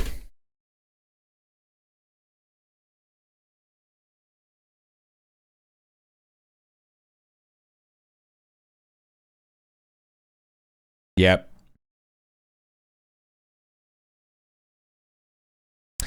Yep.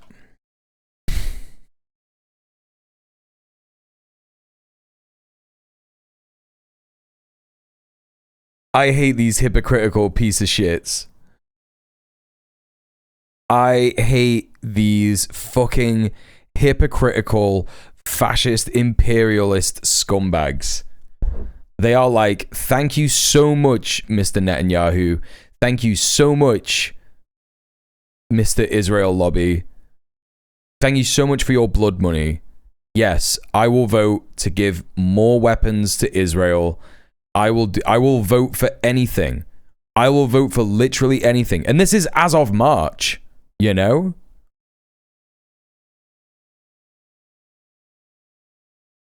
I do remember a congressman making the really good point that if the right believes hate speech must be allowed on social media due to the First Amendment, they must demand every site allow porn because it's also protected by the First Amendment. Yep. Yep. Yep.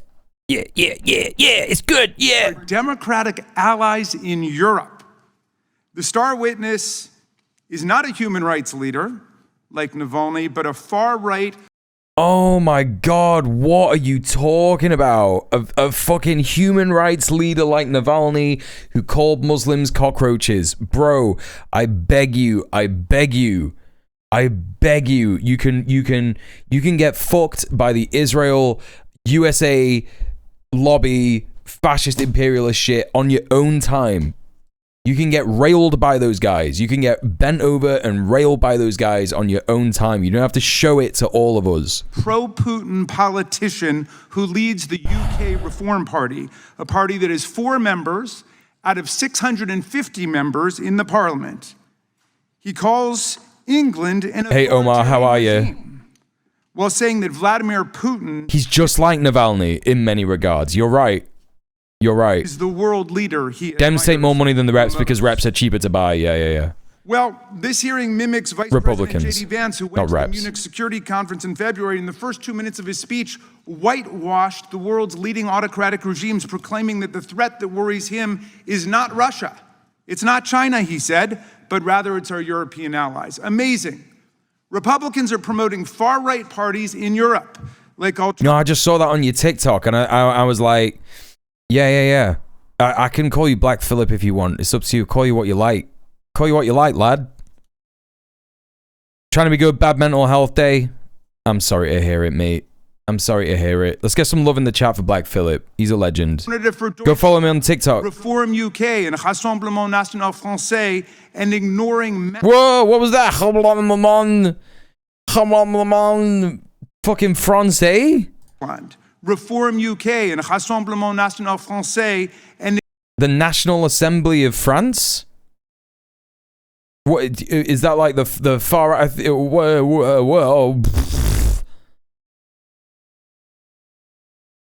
Is it more embarrassing when they don't make that much money from AIPAC? I recently saw a politician who got like $50 from them and thought, man, really sold your soul to the baby killers for one nice dinner. No, yeah, that is more embarrassing. Yeah, it's more embarrassing when people defend Israel for free, for sure. Absolutely, I agree with that sentiment 1000%. Hello, Johnny lad. How are you? Good to see you. Ignoring massive repression in Russia, China, Pakistan, all right, good to know, Omar. Saudi Arabia, and among all the autocrats of the world. Republicans are vilifying European liberal democracies simply for engaging in the kind of line-drawing exercises that we Americans engage in. Oh my God, he just called us a liberal democracy. Are you kidding me, dude? Rassemblement National is Le Pen's party. Oh, I thought her party was just called Le Pen. Because obviously everyone just talks about her. Right. Thank you, Mia. Appreciate that. And thank under you. Our First Amendment, with respect to the epidemic of child pornography, protecting children from other harmful content, defamatory speech, online scams and false advertising, and speech inciting riots and imminent lawless action. All forms of speech that the First Amendment does not protect and whose tricky contours must still be drawn by law. We could have a meaningful hearing on this complicated subject, but this hearing is just a drive-by hit against a strong Democratic ally. Yeah, that's right. America has never done that. Sycophant and wannabe. But it's even worse than this. Not only he is a Donald Trump sycophant and wannabe. That's correct. Ignoring intensifying repression in the world's dictatorships, they're also trying to distract the world from the attack on freedom taking place right here in America every single day. Americans aren't worried about the EU or the Online Safety Act in the UK. We're not worried about white nationalists not having enough license to incite lynch mobs to set immigrants on fire in their bedrooms. Americans are worried that... That's crazy that he brought that up. That's crazy he brought that up in that way. What is happening? You know, like we had that clip of fucking RFK Jr. before, and I was like, I'm starting to feel like reality is falling apart. And it's like shit like this is like, he's going to talk about Palestine solidarity? Probably. Donald Trump is working to rewrite and whitewash American history in our museums, our textbooks, and our national parks, to destroy PBS, NPR, and public broadcasting, to ban books in our libraries, and to censor any news stories critical of him by installing... Talk about migrants. Talk about what he's talk about alligator Auschwitz. Like these are all fine points. These are all fine points, but talk about the fact that he's opening new concentration camps. Like talk about the fact that he's deporting people to Sikot. Like talk about the fact that he is like, come on, man. Political henchmen. Like Dems are crazy. The Dems are crazy. Like you have so much easy ammunition. You could win so many votes. You could win so many positions if you just like, honestly, we're just like, he's giving money to a war criminal. He's trying to bomb Venezuela. He's trying to start a war with Venezuela. When the fuck did this happen? When the fuck was this? This was yesterday. This was yesterday. They bombed. Donald Trump took out an extrajudicial execution in bombing a Venezuelan boat. We don't even know what the fuck they were doing. We don't really call those places concentration camps enough. That's what I mean. They don't want to win and they agree. I know it's fucking bullshit. They are scared of Republicans. Yeah, no, absolutely. They don't care about black people. They don't care about women. They don't care about fucking trans people. They don't care about fucking anybody. All they care about is let's do what the Republicans do, but less intense. Private broadcast rooms. Americans. Are Venezuela sending out the Navy? Oh, I gotta fucking take a look at this. Oh my God, please.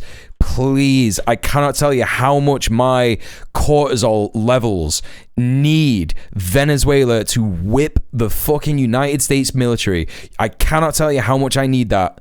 I cannot tell you how much I need it. Venezuela warns the United States, rising tensions in strategic... Let's take a look. Let's take a look.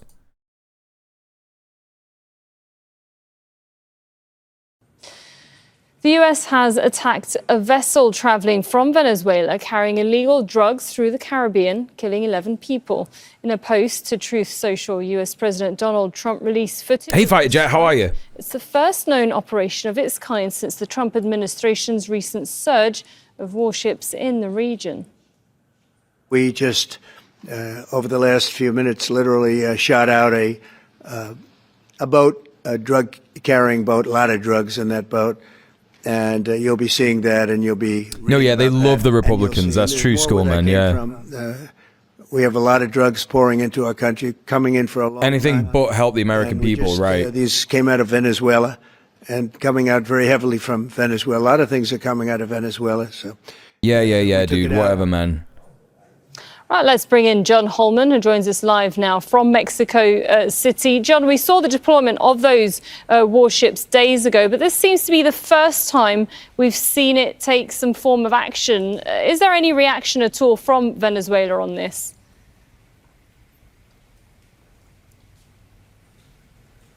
We haven't seen that so far today, but there was actually reaction already yesterday before even this strike took place, which basically President Nicolas Maduro of Venezuela said that he thought that Secretary of State from the US, Marco Rubio, was inciting President... They don't have a correspondent in Venezuela, Mia, because I think Venezuela sees them as Western media, maybe. Trump, and said that he would have blood on his hands, and he was warning that... Oh, also...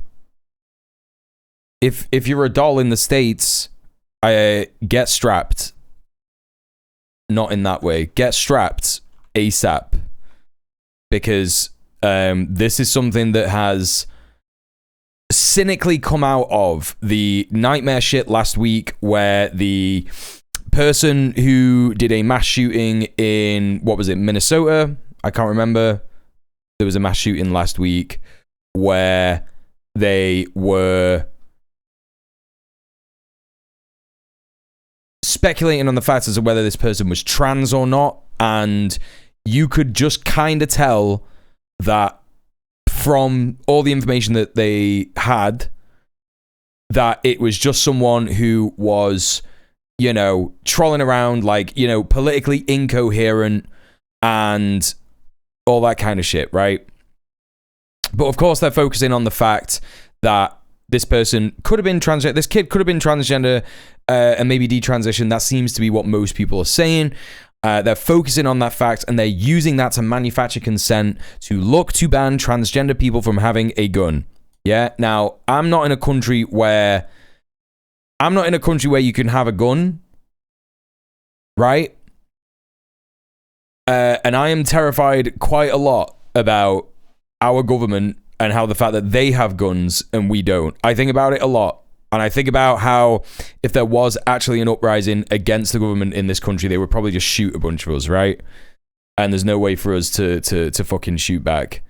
I don't know, man. The Second Amendment is pretty important for shit like that, in my opinion. Especially when you're being attacked all the time. Oh, she wasn't a kid. She was 23 years old. Whatever. Like, you know, and I don't know if their pronouns were she, her, or whatever. I think that most people are saying that this person was a detransitioner, right? Major Second Amendment rights will turn a blind eye to this. Yeah, because actually, in reality, the whole shit about having Second Amendment rights, it comes second, funnily enough, to the servile nature of American conservatives, right? They are so servile.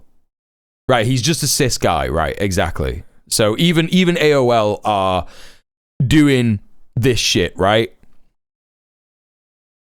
Yeah, and also like this person was white supremacist as well. Like, who's killed more people with guns? Yeah, it's not queer people, right? Exactly. Rather than being trans shooter number 4, he's cis guy shooter number 4 million. Yeah, exactly. You know, conservatives are servile, and if Donald Trump took conservative guns, I'm telling you right now, chat, if conservatives started to twig, oh no, our government is actually oppressive, and they start coming after just anyone, right? I mean, they are just coming after just anyone at this point.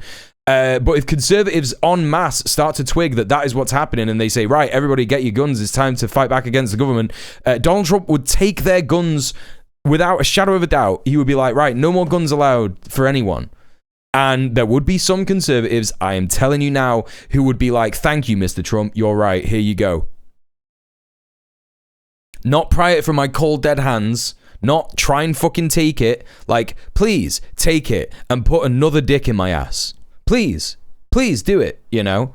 Like, the American conservative is so submissive to the government. Like, they do not care about the actual freedoms of owning a firearm, or what that means for people to be able to defend themselves from government oppression or anything like that. You know what I mean? So, you know, it's just dog shit. So I wanted to include that. I had a text literally from Sophie about this, and I saw it on the news before, and I was like, yeah, I should say something about that. I have American trans people in my audience. Okay. Yeah, gun enthusiasts love the Second Amendment until black or trans people have them. I mean, this is historically, you can look at the National Rifle Association response to the Black Panthers. Sorry, I'll spell that right. The Black Panthers who went round and armed themselves to stop the state from murdering them. Why am I getting the Italian version? What do you mean? What's going on? Right. They supported gun control when the Black Panthers were going around and literally doing community defense and stopping cops from murdering people in the street. I don't have a VPN, no. I don't know why that went to Italy. I've just not got a clue. The cops were murdering black people in the street. They were sexually assaulting black women, willy-nilly, just, you know, treating black people like second-class citizens. And the Black Panthers were like, we're going to do community defense, right? We're going to do community defense. And the NRA, the National Rifle Association, who love the Second Amendment, they're like, everyone in America should have a gun. They were like, no, actually, gun control. Gun control for black people. Black people shouldn't be allowed guns, right? And this is the same kind of shit that's happening now with trans people. He's like, yeah, trans people shouldn't have guns. Trans people shouldn't have guns. You know? The most vulnerable, marginalized group in the country just shouldn't be allowed guns. And that's the same shit that happened then. Right? Hey, nothingness, how are you? Yeah, of course it's a problem when we do it. Yeah. This is it, right? So, you know, that's where we're at. Yeah, US Conservative Party, not white, not a man, no rights for you. Exactly. So, That's where we're up to. Let's take a look at this Venezuela shit as well. If US forces actually tried to invade Venezuela, then there'd be an armed reaction. He's already started enlisting people for a militia. But I think one important point actually from President Trump's statement on Truth Social, that social media outlet, is saying that this happened in international waters. And that was quite a big question over this, because if it happened in Venezuelan waters, that would have been a more direct challenge to Venezuelan sovereignty. Yeah, but if it happened in international waters, that's piracy, right? That's the whole thing about the Gaza Global Samud Flotilla, is that if Israel intervenes in international waters, it's committing piracy, and it's done that multiple times. So this is still piracy, right? Sovereignty. The area that this did happen in the South Caribbean is where a lot of... Oh no, yeah, that's right, Mr. Dang. Yeah, they just wanted to stop black people from organizing their communities to be able to like have healthcare and have school fucking dinners, school breakfasts. What was it? The school dinner program, free dinners, free school dinner program by the Black Panthers. You know, feed your community, ask for donations. They got loads of donations. They fed kids. Kids were able to like learn and you know, that's it. Free breakfast for children program. Yeah, like, yeah, obviously. So this is something, and I think immediately we picked up on it, but it would have been more of an escalation still if it happened in Venezuelan waters. Right. Yeah, but it's still piracy. Marco Rubio there. Well, he's arriving in Mexico in the coming hour. What are we expecting from that visit? When was this? Oh, that's why he's in Mexico City.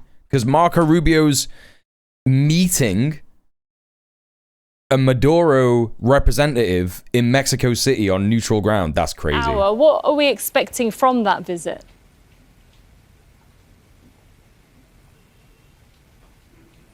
Yeah, just as there's tension between the Trump administration and Venezuela, quite a lot of it, there's a $15 million bounty for President Nicolas Maduro that the US has put on his head. There's tension. I hate being a Republican when the majority is conservative, forcing others to follow the rules or face punishment, which I do not follow or will ever. How are you a Republican, bro? What do you mean? Why are you a Republican? A lot less so, but still there with Mexico. That's partly because the United States... What the hell? President Trump signed a directive with the Pentagon saying, the US Department of Defense, saying that... The you don't sound like a Republican to me, man. Drug organizations, and some of those were in Mexico, and that's then pushed on to something that he's talked about before, actually, saying that he'd offered to send the US military to Mexico to fight drug trafficking organizations. That's something that this president, hey Helgina, how are you? Has really rejected. She's saying this country's already doing enough to stop them. So that will undoubtedly be something that the Secretary of State from the US discusses when he arrives in Mexico. Okay, thank you very much for the update. John Holman there. Let's go live to Vanessa Newman. I mean, you can be a Republican in terms of like not the party, right? You could be like anti-king and pro Republican state. Like you could be an Irish Republican, right? Like I'm a Republican in the UK. Yeah, I would call myself a Republican because I don't believe in the monarchy. I believe in abolition, right?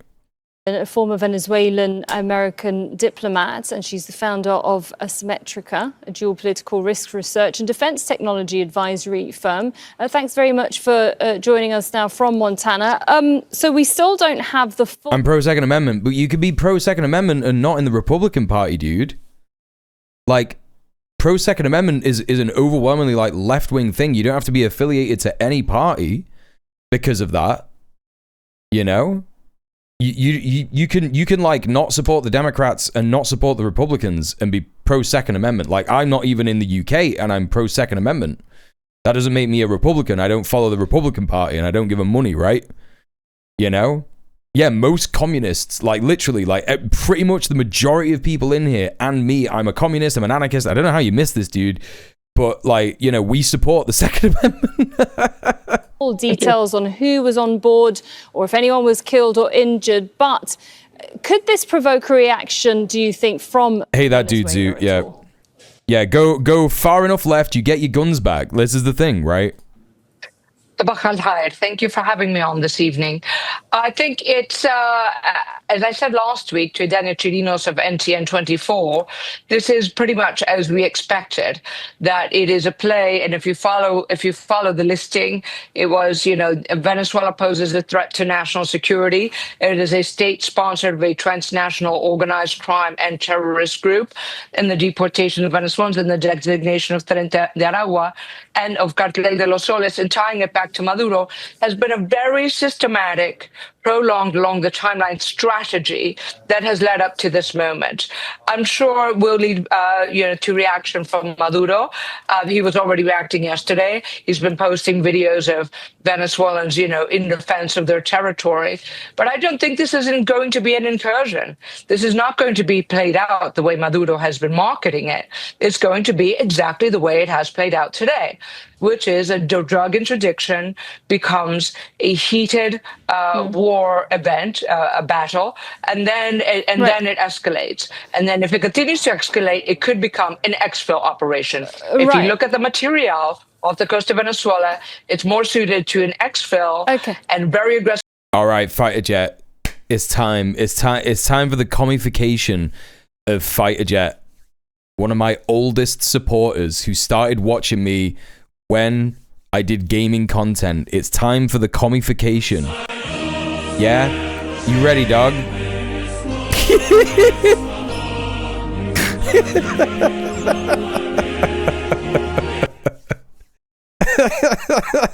The proletariat is us. The proletariat is us, people who have no power. Like, we are the working class in it, overwhelmingly. There might be some people in this community who are middle class, like they have a lot of money or whatever, or maybe they have, like, for example, my parents are luckily very rich, right? And I will never be homeless, right? I'll never be homeless. I can go and fucking... Like, if I lose this house, I could go and live with my dad. If I lose this house, I could go and live with him and it'd be fine. Yeah? So there are some people who are like that, but overwhelmingly, we're not in the ruling class. Yeah? There might be some people amongst us who, don't work for a living. We're not employed. There might be some of us who are, own their own business, but you wouldn't really be... the proletariat if you own your own business. That's kind of where it changes. You start to get to... you start to get into the levels of the bourgeoisie there. So the bourgeoisie are the people who are in the ruling class. So that's people like Donald Trump, Elon Musk, pretty much every Republican governor that you know, every Democratic governor that you know, every person in power. There are even some members of parliament in the UK that I would describe as the bourgeoisie. There are, the fucking... who else? Landlords are overwhelmingly the bourgeoisie. These are people who control the world, and the reason why they control the world is because they have a lot of money, right? And that is what it is. There is no democracy. Democracy that has been sold to us in the world is a lie.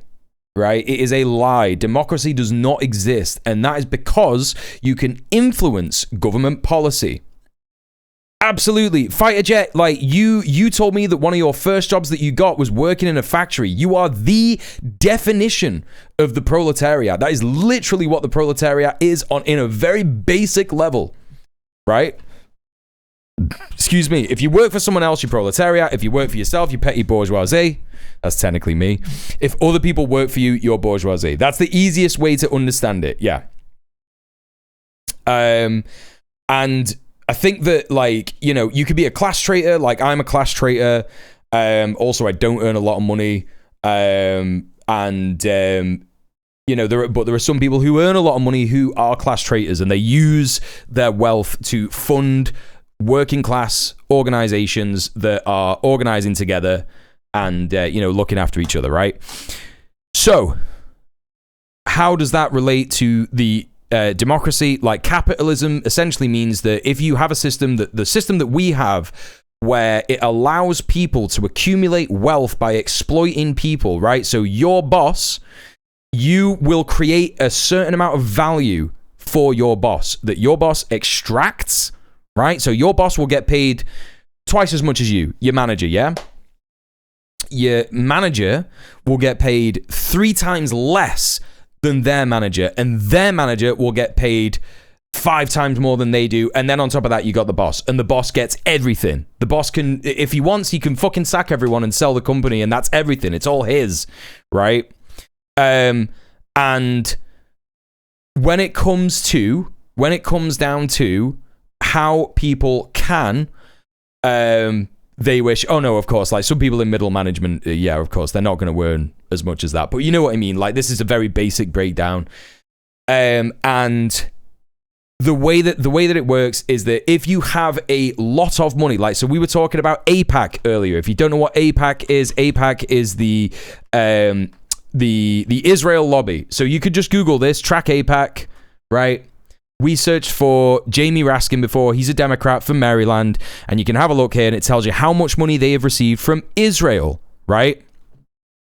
So Israel, the state that is currently committing a genocide against the Palestinian people, how much money have these Democratic candidates from Maryland, these Democratic representatives from Maryland, how much have they received? $4 million. $86,000, $110,000, $429,000. What is that? That is buying votes. That is using capital to buy votes, right? Now, Israel is a satellite state of the USA. It's not really its own country, even though it likes to say it is. It's an illegal occupation. And a lot of the money that it gets, that it actually uses here, is actually from the USA. So it will get a lot of money from the USA. The USA funds it, and then it turns around and buys politicians in the USA to keep that cycle going, so that they can continue to commit genocide, so that they can continue to attack and exploit countries in the Middle East, like Iran, like Syria, like Palestine, Lebanon, Egypt, Yemen. Right, so there's a quick explainer as to why I am shocked that you're a Republican and you watch the stream a lot. So there you go. Maybe that's your comification, man. Like, you don't have to align yourself with a political party. It's a lie. It's an illusion. Like, that we don't have that choice. Like, the Democrats are doing the same things as Republicans. Republicans are doing the same things as Democrats, but a bit worse. The Democrats don't make it so that people have better rights. Republicans don't make it so that people have better rights. They are only interested in foreign policy, which is imperialism, subjugating countries all over the world. And that's why everyone hates America. There you go. That's a mini explainer. Any questions? Some drug interdiction. I'm sure you'll have lots of questions. An incursion. I'm just very but also, like, you check out my VOD channel. I talk about this stuff all the time. I know that you can't make my streams all the time because of the time zone and time difference and stuff like that. But check out my VOD channel. I talk about this on every stream in loads of different ways. And there are also VODs that are specifically me talking about stuff like this that you can find, which will, help you understand some stuff.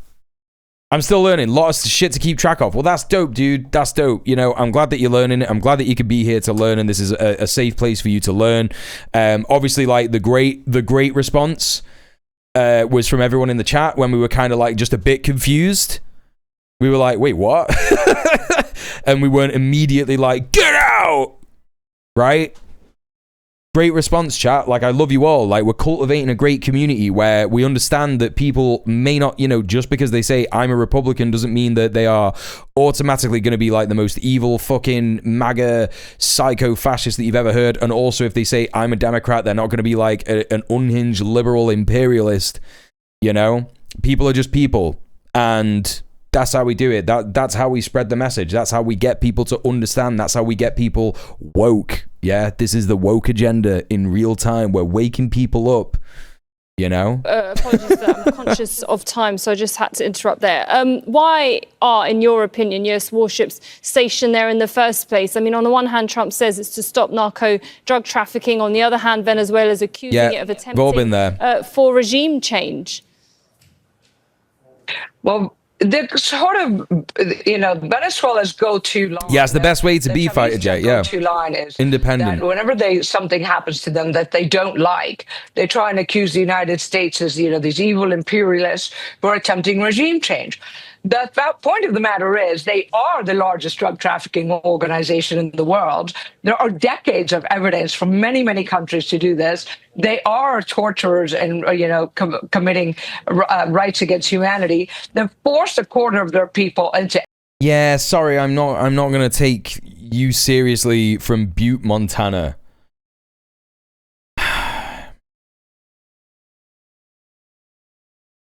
Sorry, ex-Venezuelan American diplomat speaking from Butte, Montana. Sorry if I don't take you seriously in the slightest. All right, well, we're not really learning much about Maduro's response. If anyone has a link for that, I'd love to see it, but academic freedom is in danger. Does she count as a gusano? I don't know if that's specifically a Cuban thing. I don't know. Administration cancels and withholds billions of dollars in scientific and medical research funding from American universities, even for urgent life-saving studies about never heard of Butte or heart attacks, as a way to force schools to impose Butte, Montana orthodoxy on curriculum, hiring, admissions, and any student and faculty speech that MAGA considers politically incorrect. Americans see Trump trying to harass... So, here's another thing, Fighter Jet, you'll see us, talking about the Democrats on this stream with the same vilification that we have for Republicans. Especially, the lawmakers, right? The people who are in charge. Because, this person, even though he is having a go at Nigel Farage, who is a fascist, he's a far-right fascist, that is his ideology. It doesn't matter what his party's called, Reform, yada yada, who cares? UKIP, doesn't matter. He's a far-right fascist. Even though this person is having a go at him, he's doing it with a tinge of US-based imperialism, right? US imperialism. Saying things like, oh, Nigel Farage has said that the US and NATO coaxed Russia into the war in Ukraine. There's evidence for that. We with brains can go, hang on a minute. I think that, a stopped clock is right twice a day. NATO has been fucking poking the bear of Russia for decades. That's a thing that's been happening. Intimidate, control, and shut down the press, like ABC, CBS. And he also says things like, in the UK, it's a liberal democracy where the Online Safety Act is protecting kids from child pornography. No, not true. What are you talking about, bro? Nonsense. It actually just censors Palestinians. It actually just removes information from the internet about Palestine and the genocide that's happening in Palestine. NBC, NPR, and PBS. The Republican-controlled Hey, FCC, Elron. I don't know if you were in here earlier, but hello, Loki, as well. And Paramount into agreeing to install a spy, a monitor, a minder, I think the Brits might say, to police CBS news programs to make sure that they are being sufficiently Trumpy in giving us the news in order to get approval of a merger from FCC. Meanwhile, Trump's... No, that's the thing. That's what the USA does all the time, Fighter Jet. The USA is always with one hand doing diplomatic agreements, but with a knife behind its back. That is the way that most people in the world see the USA, and it's hard for people to see that in the US itself, because there is this, complete shutting down of any kind of information. Think about it. When's the last time you heard about news from Venezuela? When's the last time you heard news from a Venezuelan perspective? When's the last time you heard about news from a Mexican perspective? When's the last time you heard about news from a Brazilian perspective? These are on the same continent. These aren't even far away. When's the last time you heard Cuban news from a Cuban perspective? Even Canadian news from a Canadian perspective. The USA shuts down. It brings the shutters down all over the world, which is why Twitch is so phenomenal, because like I can sit here and say this stuff and you can be in America, you could be in fucking Ghana, you could be in South Africa, you could be in China, you know what I mean? And you can watch the stream, and that's interesting, right? Yeah, never like but also it's the same in the UK, like, you know, the UK is the same as well. And it's because, like, you know, when we hear the news about what people think about us, it's terrifying. It's fucking terrifying. And that is what will make you go, holy shit, I need to be an activist. I need to stand up. You know what I mean? And the UK for you, yeah, that's right. You know, you'll get some UK news through me, you know. That's why I prefer the international versions of major news outlets, yeah. Could be anywhere. Could be anywhere. It's true. Our government is shit too. Yeah, exactly. This is it. 60 Minutes, we're all part of the same thing. Personally, for $20 billion for the frivolous cause of action that he thought an interview with Kamala Harris was edited too favorably, and then walked away with a cool $16 million in a shakedown settlement for his library.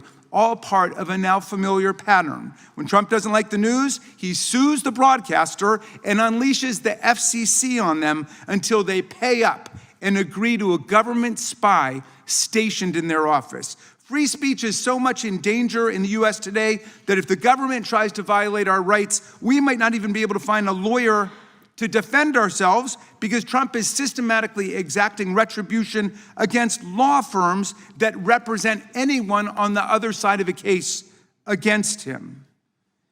Look, our country loves free speech. We fight for free speech. We fought for free speech, and we know it's in danger when students who are lawfully in the United States are taken off the street and arrested without warrants.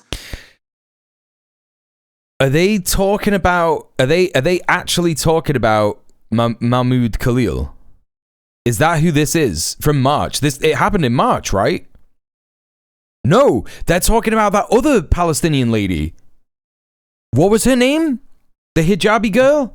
What the fuck? But they won't mention that it's about Palestine.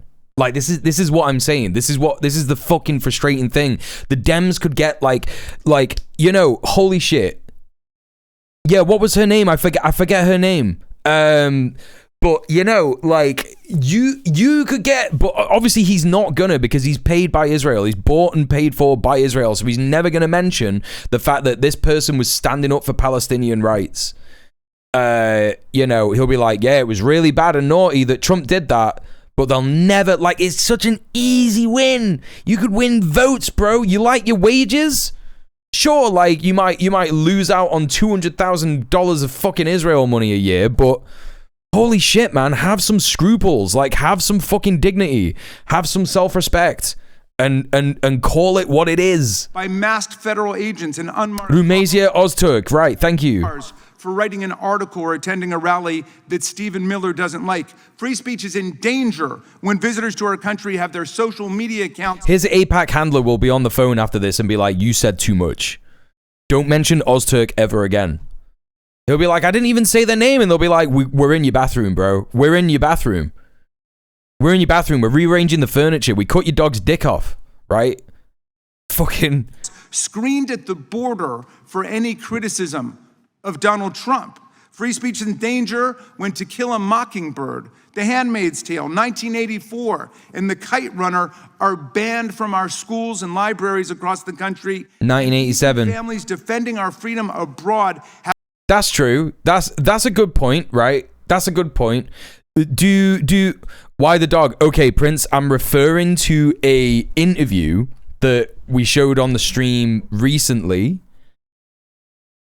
It wasn't recently, it was about a month or two ago, and it was this guy talking about how he knew some American ambassadors to Israel who went there, and I don't even think they were the ambassadors. I think they were just working in the office, working in the embassy in Israel, and they turned up and went to a party. When they got back in, Mossad had been in to the flat and just moved all the furniture around. And then when they're leaving, like they did a bunch of this stuff, they like shat in all the toilets and stuff. And this is real. Like I'm not like, it sounds like I'm like a crazy fucking cracked like leftist conspiracy nut, but this is like real shit that they did. Like I fucking hate Israel, man. Like I cannot begin to tell you how much I fucking despise this psycho piece of shit fucking occupying entity. Like, you know, they do this shit and then you say it and everyone's like, you're you're cracked, bro. What you on about? But this is what they did. They chopped their dog's tail off. They came back from their final night, their final party, you know, to celebrate them being there. And Mossad had been in, moving everything around, and the dog was crying under the table. They chopped its fucking tail off. Literally, like all these things that you hear about Israel, and it's like, nah, they're just making shit up. They just hate Jewish people, like, and it's like, no, bro, 100% of Thai workers being sexually assaulted actually happened. Israel being a safe haven for American pedophiles is true. Like, you could just be like, I'm Jewish actually, and go to Israel and not get fucking extradited, you know? And because of that, they lobbied the government to lower the age of consent. Like, these are all things that happen. IOF soldiers rape Palestinians to death. It happens regularly. Do you know what I mean? It's like fucking, you know, it makes you sound cracked, but it's real. You know, it has to end. Like, have to fight for their kids' right to read freely in public schools run by the Department of Defense. Freedom's in danger when the administration tramples the civil service rights. Truly disgusting. Hundreds of thousands of nonpartisan expert civil servants. These civil servants have been protected against political discrimination for more than a century to maintain the excellence and independence of our federal workforce, but they're now being fired simply for doing their jobs, like prosecuting violent criminals and insurrectionists who try to overthrow our government and attack our police officers, or because they honestly gave honest economic information and labor statistics to the public. These honorable civil servants are being fired because they won't be the political... The UK is also a safe haven for rich pedophiles. Every Western nation is a safe haven for rich pedophiles. Rich anything. Rich murderer, rich domestic abuser, rich fucking anything. Human trafficker, embezzler, fraudster, racketeer... anything. You could get away with fucking anything if you're rich. Comments made by federal employees are scrutinized for anti-Trump bias, and they can lose their jobs because of it. Then we've entered the realm not just of Vladimir, sure, not just the West, but you know. Stalin. Now, Mr. Trump and Mr. Farage both claim they're protectors of free speech, but they only want to protect speech they agree with. In the UK, Mr. Farage is openly promoting the abolition of the Human Rights Act of 1998 to be replaced. Well, that's capitalism for you, right? Rights that limits the right of free speech to British citizens and legally sanctioned residents. He complains that racist threats against immigrants are not protected free speech, while he proposes to strip migrants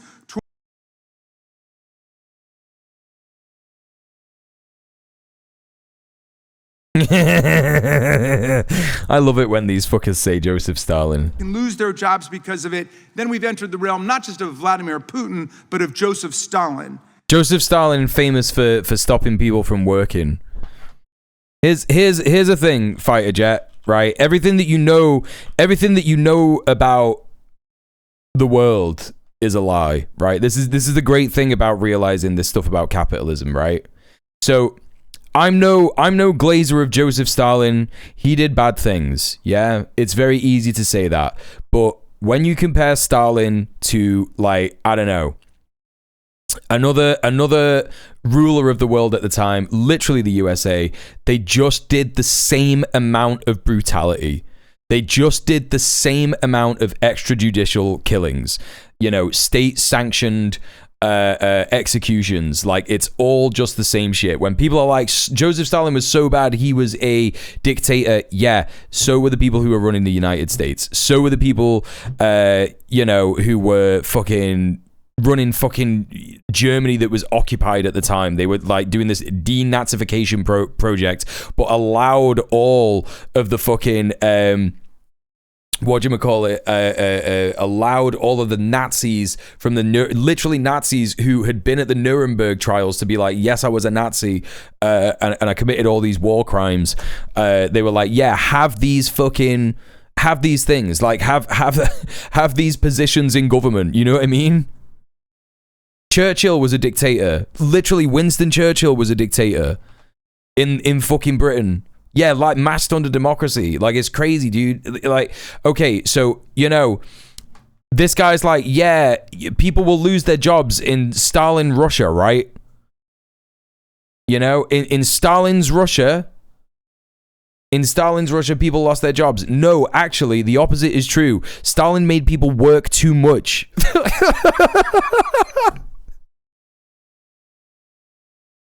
Stalin made people work too much. Like, this is like stagnavism. It was fucked, right? But, you know, there was a lot of work that needed to be done to industrialize Russia, and they couldn't figure it out. They couldn't figure out how to do it. They had to rapidly do it to prevent being attacked by the West. You know, particularly Hitler. And so Stagnavism, it's a mass control movement for workers established under the Communist Party. The rationalization of workplace processes increased production goals while promoting socialist emulation. And so what they tried to do was speed up the development of Russia by encouraging workers to, like, work till they drop, right? And obviously, yeah, it's problematic, but it's something that happened.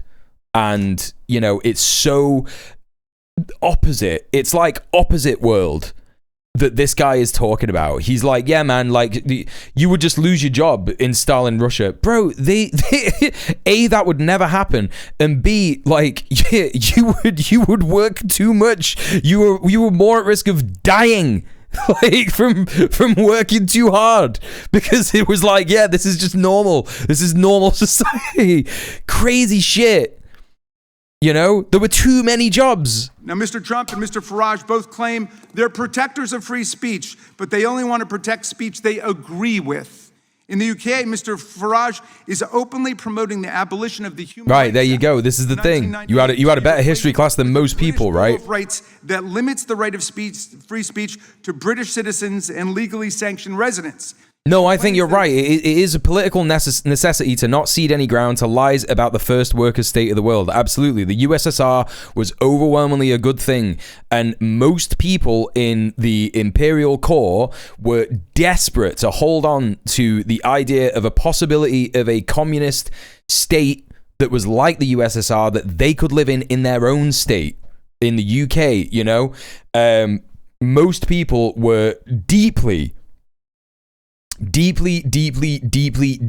upset and depressed by the fall of the Soviet Union. Loads of people committed suicide, you know, and this is it. This is it. It's like, you know, people were holding on to a hope for that because it was, as Mia says, you know, the first workers' state of the world, despite some things that happened that were problematic. You know, they were way ahead of us in the US.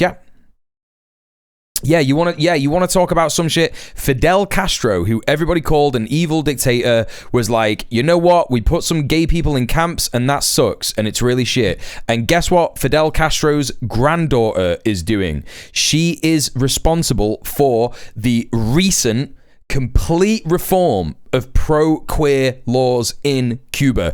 Cuba is the most progressive place in the world for LGBTQ plus people. You can just be like, I'm trans, and you could go to a hospital and be like, here you go, penis, vagina, what do you want? Mix of the two, do it. That's great. Guess what? We paid for it. Here's your house.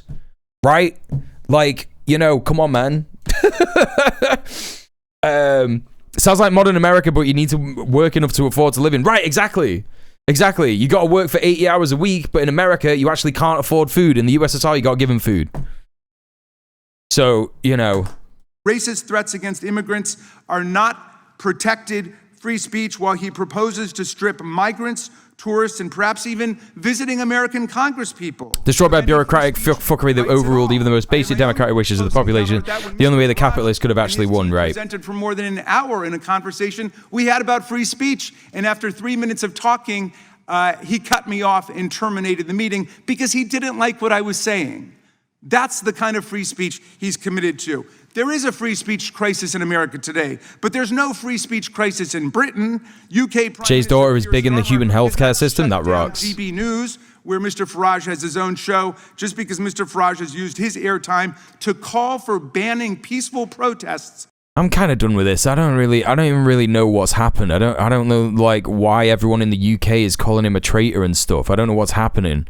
And this is just like the same footage that we saw before. This is just like the same video. Okay, I've learned nothing about why Farage is in America or what he said. Sorry about that, chat. I don't know what the fuck any of that was about. What was it about? Should I just Google it? Why was Farage in front of Congress?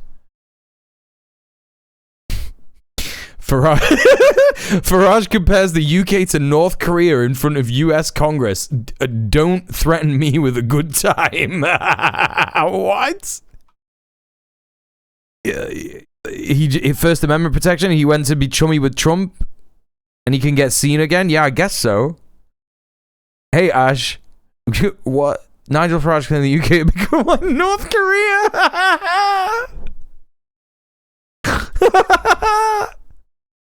These fuckers will just say anything. Farage, who was wearing a GB News badge, said the UK had sunk into an awful authoritarian situation. I mean, this is true, but not because of Lucy Connolly and Graham Linehan. Because pro-Palestinian protesters who are holding a sign saying they support a group that they disagree with being called a terrorist group are being arrested en masse. You know? Nigel was checking to make sure his name doesn't get released with the Epstein files. Oh, that's true. That's true. He was definitely on Pedo Island. Oh, that's so true. I remember being taught in school that everything about communism was against human nature, even being called a commie a few times in class because I said food and shelter should be guaranteed to everyone. Right, this is the thing, but communism is human nature. Like, there's so much anthropological evidence to say that the earliest humans looked after disabled humans. That's socialist, acceptance of disabled people, right? It's fucking like, even though this human can't feed itself, we're going to look after it. Humanity's got a longer history of cooperation than competition, yeah. Communal living is in our DNA, absolutely. Absolutely. Think about it. Why the fuck do you think beggars exist? Why do you think that like homeless people beg on the street? It's because they know that humans will be like, oh yeah, I should do that, because that's in our nature, innit? You know what I mean? Like, you see a homeless person in the street and you're like, you feel like shit for like not having cash on you. You feel like shit for like, this was before I even understood what communism was. I was just like, yeah, nah, it sucks. And like, I remember actually one of the first times, oh my God, I'd forgotten that this had happened actually. One of the first times I ever got like some pocket money from my mum, and I never got pocket money from my mum because she's not as well off as my dad. I got like, I don't know, it was like £20, and I gave £15 to a homeless guy on the street, and my mum went fucking mental. She was like, what are you doing? I mean, £15 was a bit crazy, but like, but it wasn't though. It wasn't crazy. It was just like, I knew that like, I go to bed at night, I get my dinner, I go home, get my dinner, I don't pay for that. This guy doesn't. There you go. I just gave it to him. You know what I mean? And he wasn't even like, he wasn't even like a fucking, a guy that is like, come on, mate, come on, I need it. He wasn't even like that. He was just a guy who was sat there, and he was just there, like, he just had like a cup, and I just went, there you go, bro. And he was like, nice one, mate. And that was it, That was it. Hey, Libby Rotten, how are you? To each according to their need is baked into us. Yeah, it is. Evidence of healed trepanation, meaning that the patient survived long enough for the wound to heal over.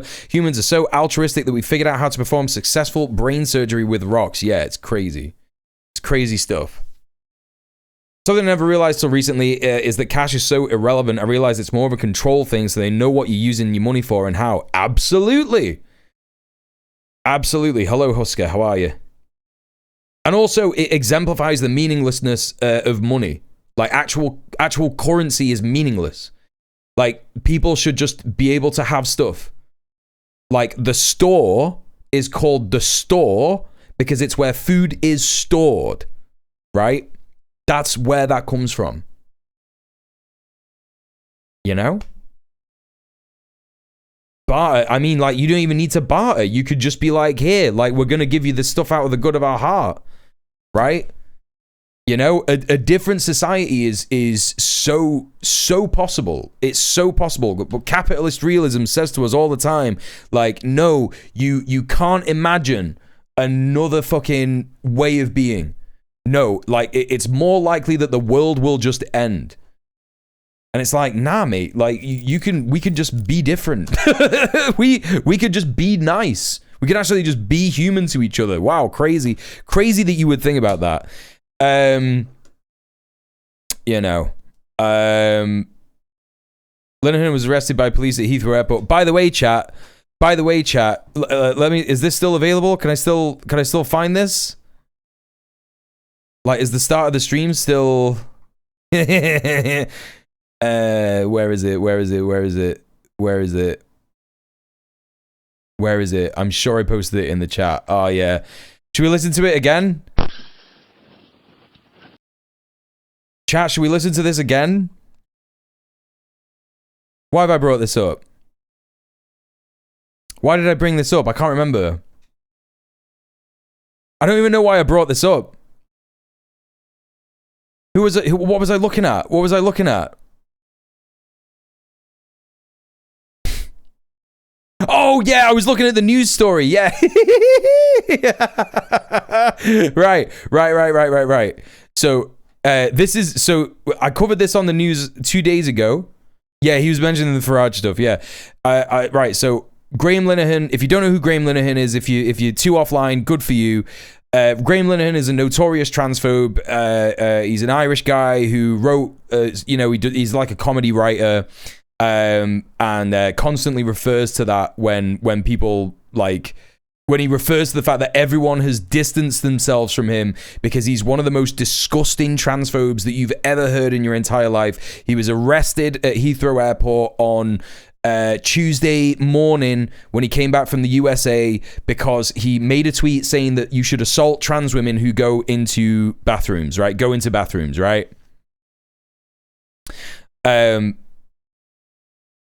That's who he is, if you don't know who he is. This is audio of him getting arrested. I'm going to use this time to go for a wee chat. The audio is pretty bad, but you'll enjoy it. We enjoyed it a lot listening to it earlier. Before I explain what's happening, let me...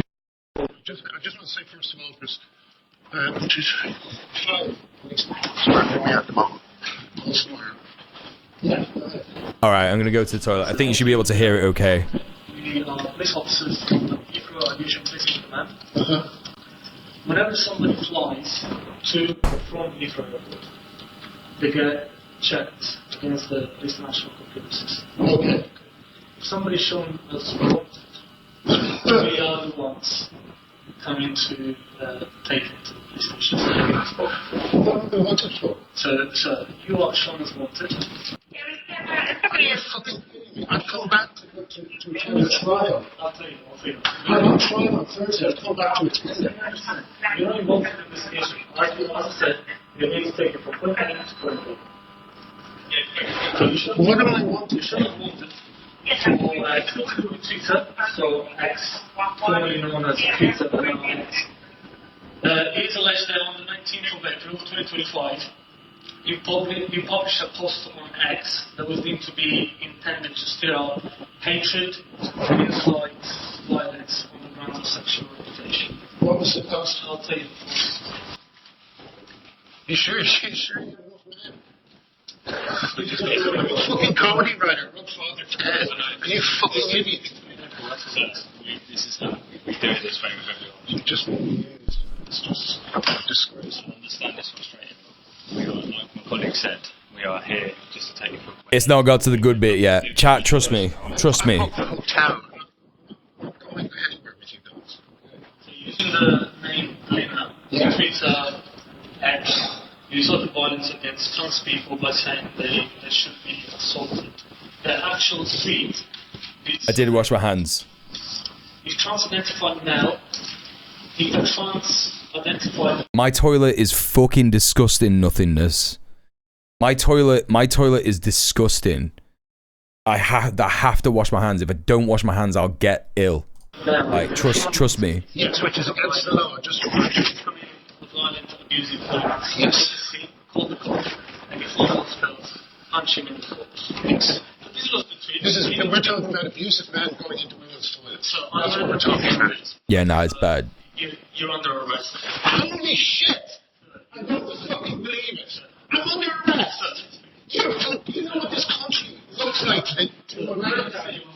Do you know what it looks like to America? No, just put me under arrest. Anywhere I'm going to bring up. I'm going to fucking kill you. I'm going to fucking... He does say I'm gonna kill you, doesn't he? He does. He does say that. We were like, what is he saying here? Does he say to this police officer that he's gonna kill him?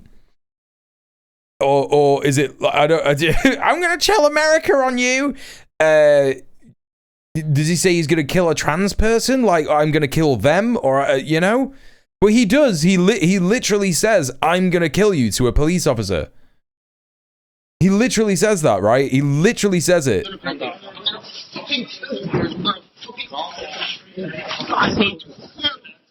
Crazy. Crazy. You went to the ground. I'm going to see you into the ground. The ground. I'm going to see you all.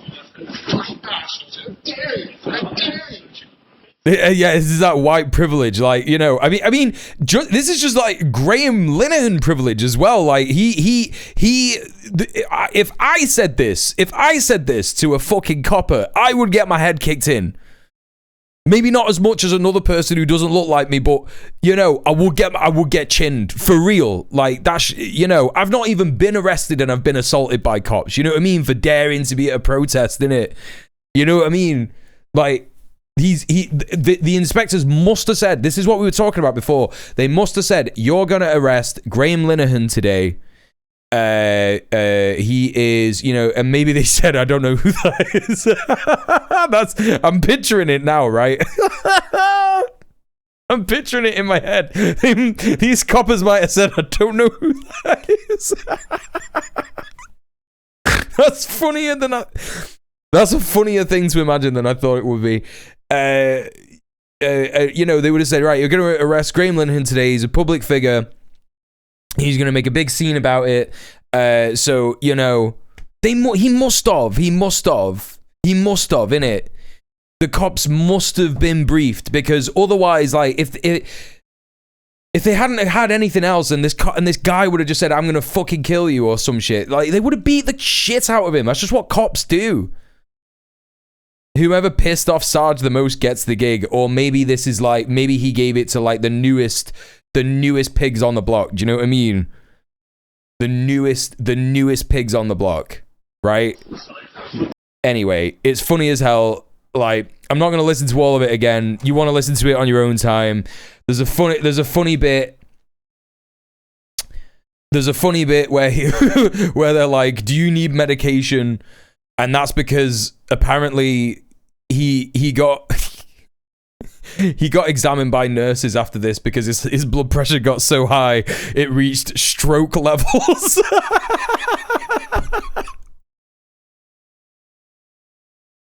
So there you go. All right, let's try and figure out this Farage shit, and then we're just gonna move on to where am I up to in the stream?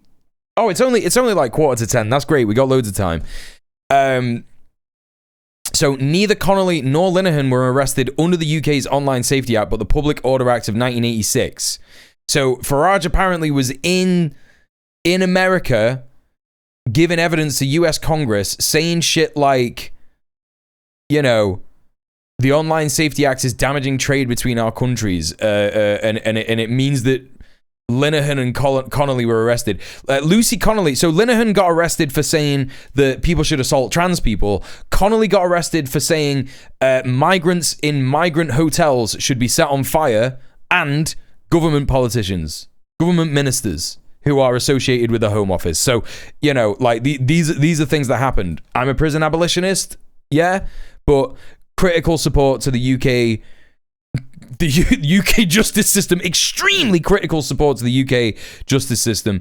As you know, I speak about the fact that my partner's best friend, who she is going to visit in prison tomorrow, was arrested for taking action against the genocide in Gaza, didn't hurt anybody, literally just did, you know, what she's being charged with. I believe, it might not be true, what she's being charged with is allegedly aggravated burglary and trespass.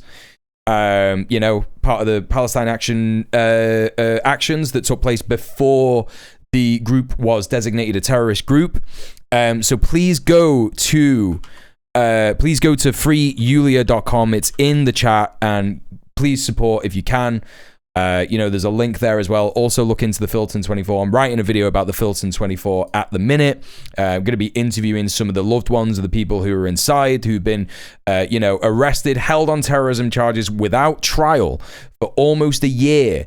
And Graham Linehan is mad that he got arrested for a bit for saying that people should assault trans people, right? So anyway, please look into that. But like I said, I'm making a video about it, so you can find that on my YouTube. That'll be out maybe at the end of this month, maybe at the start of next month. And also, I don't know if you want to do this, chat. You don't have to do this if you don't want to, but give some messages of encouragement to my partner Han. That's H-A-N. Because she's going to the prison. She's doing the prison visit tomorrow. It's a 12-hour round trip.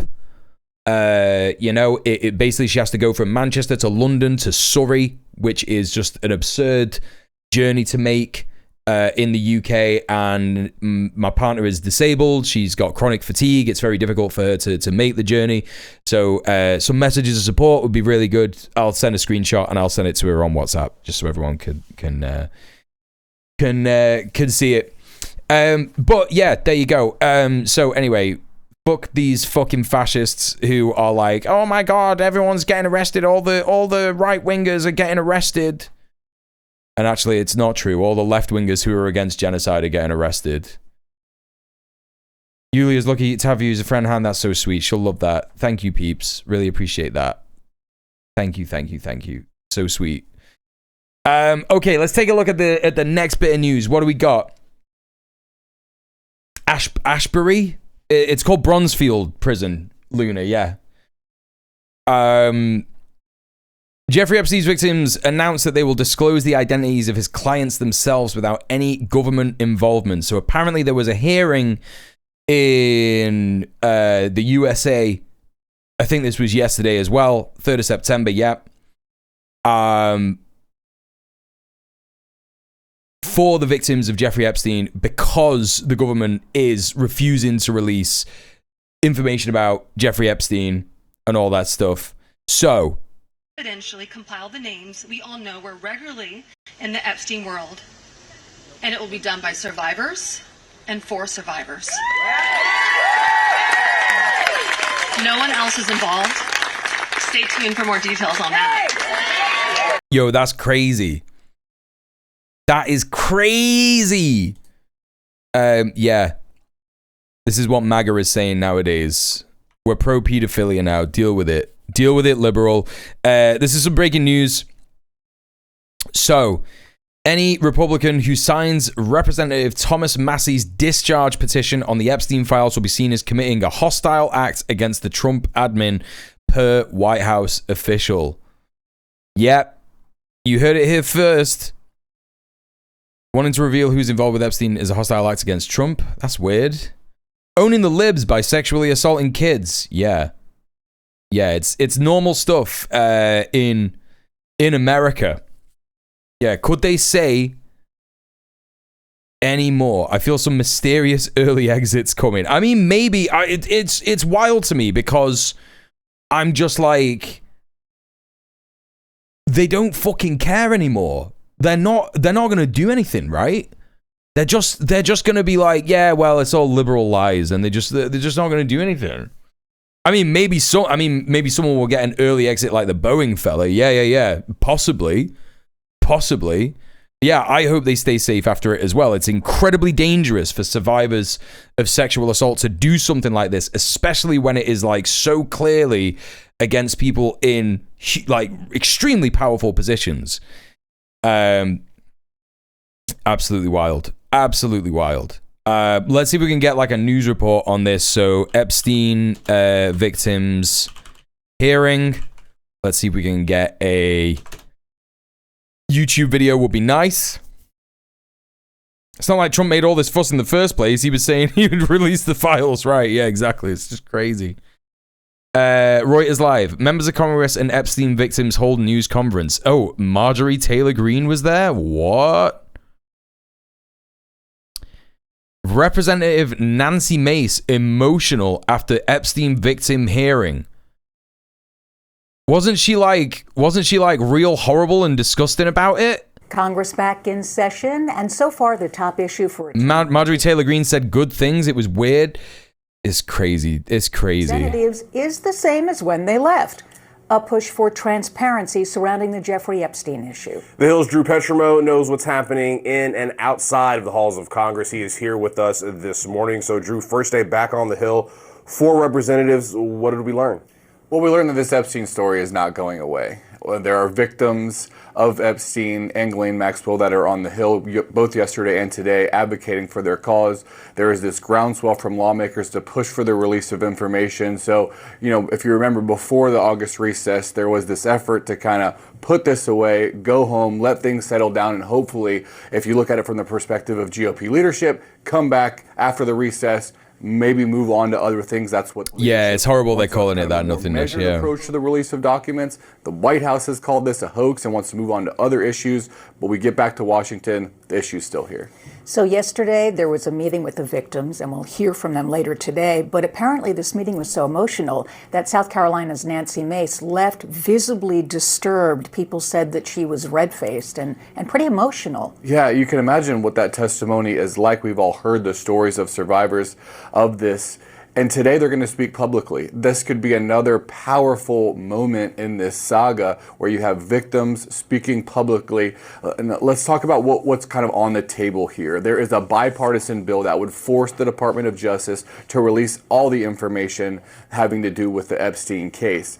GOP leadership, the White House, they want to go through the House Oversight Committee, which is getting information from the Department of Justice and release it in a more measured approach. Yeah, what's the script with Nancy Mace? Am I right about thinking that like Nancy Mace was really dismissive of the Epstein files, or was she someone who was calling for it or made it a whole thing? Like I can't remember.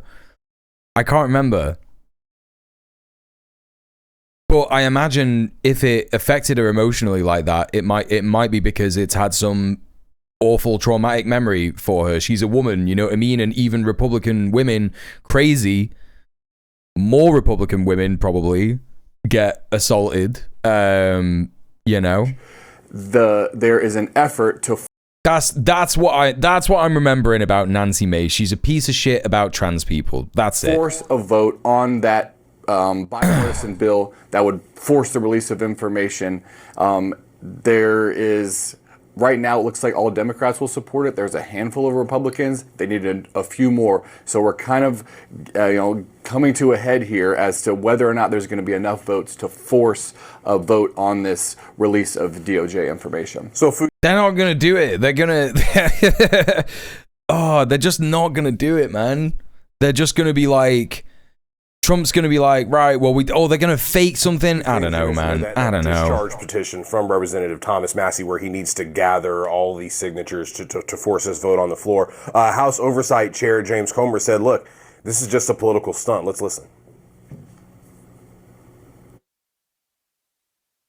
Mr. Comer, I mean, do you support the Massey counter resolution? Yes or no?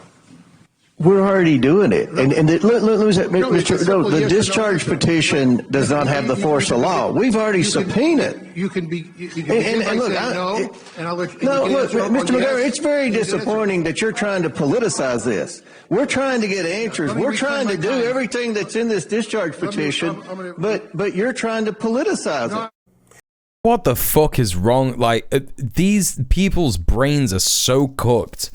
You're a politician, bro. What do you mean trying to politicize it? You're a politician. That back and forth just shows all the tension around this, even though it is a bipartisan issue at this point. Yeah, and important to note, the White House also says it would view this discharge petition as a hostile act toward the administration, putting a lot of Nancy Mace pretended a man broke her arm by shaking a hand. What?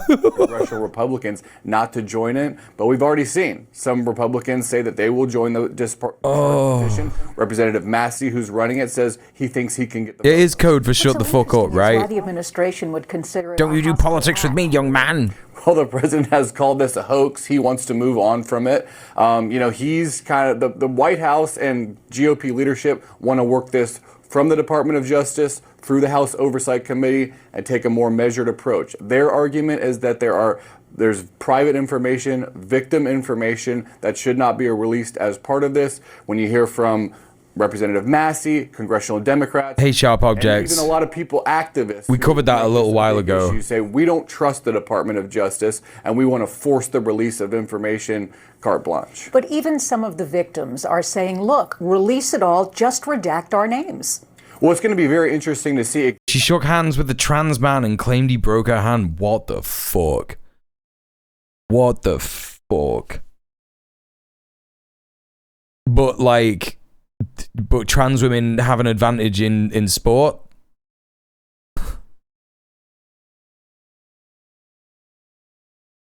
Make it make sense, man.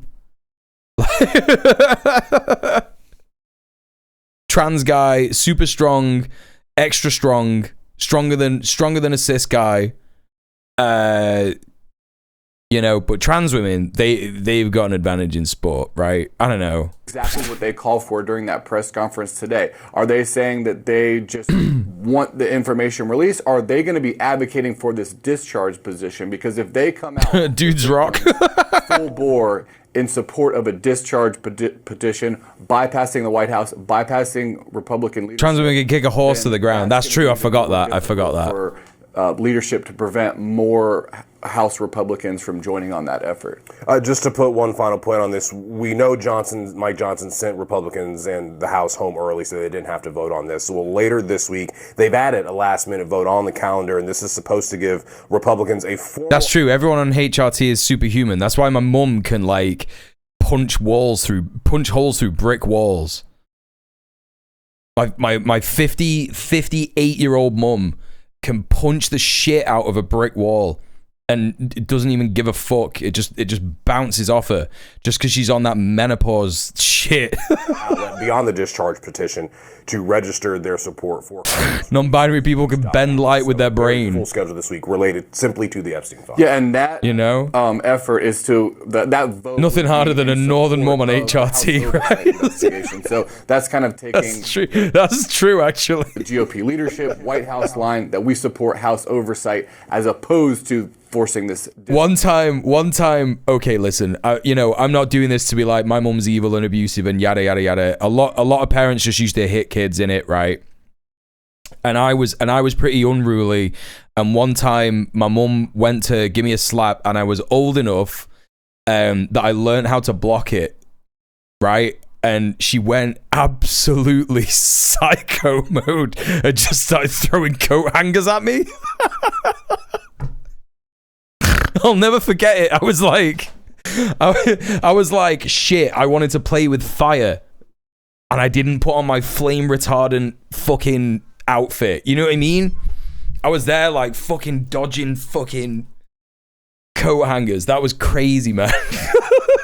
Charge petition. All right, Drew, we appreciate your time. We'll see you in the next hour. Thank you. Luckily, they weren't wire hangers. Luckily, they weren't. They were little plastic ones. Oh, funny as hell. Yeah, I got completely burned. Yeah, nice job with that block, Icarus.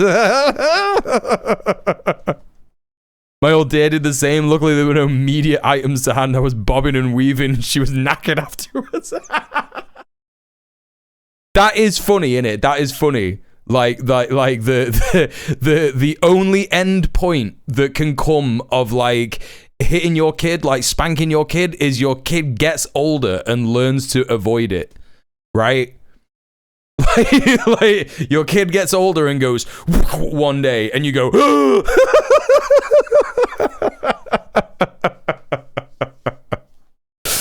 Oh shit. Okay, all right. Well, we learned a little bit about that just now. I don't know. I guess we'll get some more news on that soon. What time are we up? What time are we up to here now? Okay, so coming up to 3 hours. All right. Coming up to 3 hours. Let's take a look at some stuff regarding Gaza.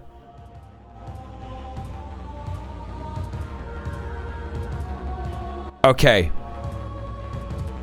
I once pissed my mum off so much she punched a wall and it bust her knuckles. Yeah, it's good stuff. It's really good stuff. All right. So, Han says thank you guys, by the way. Han says thank you for the support for her prison visit. With like little crying but smiling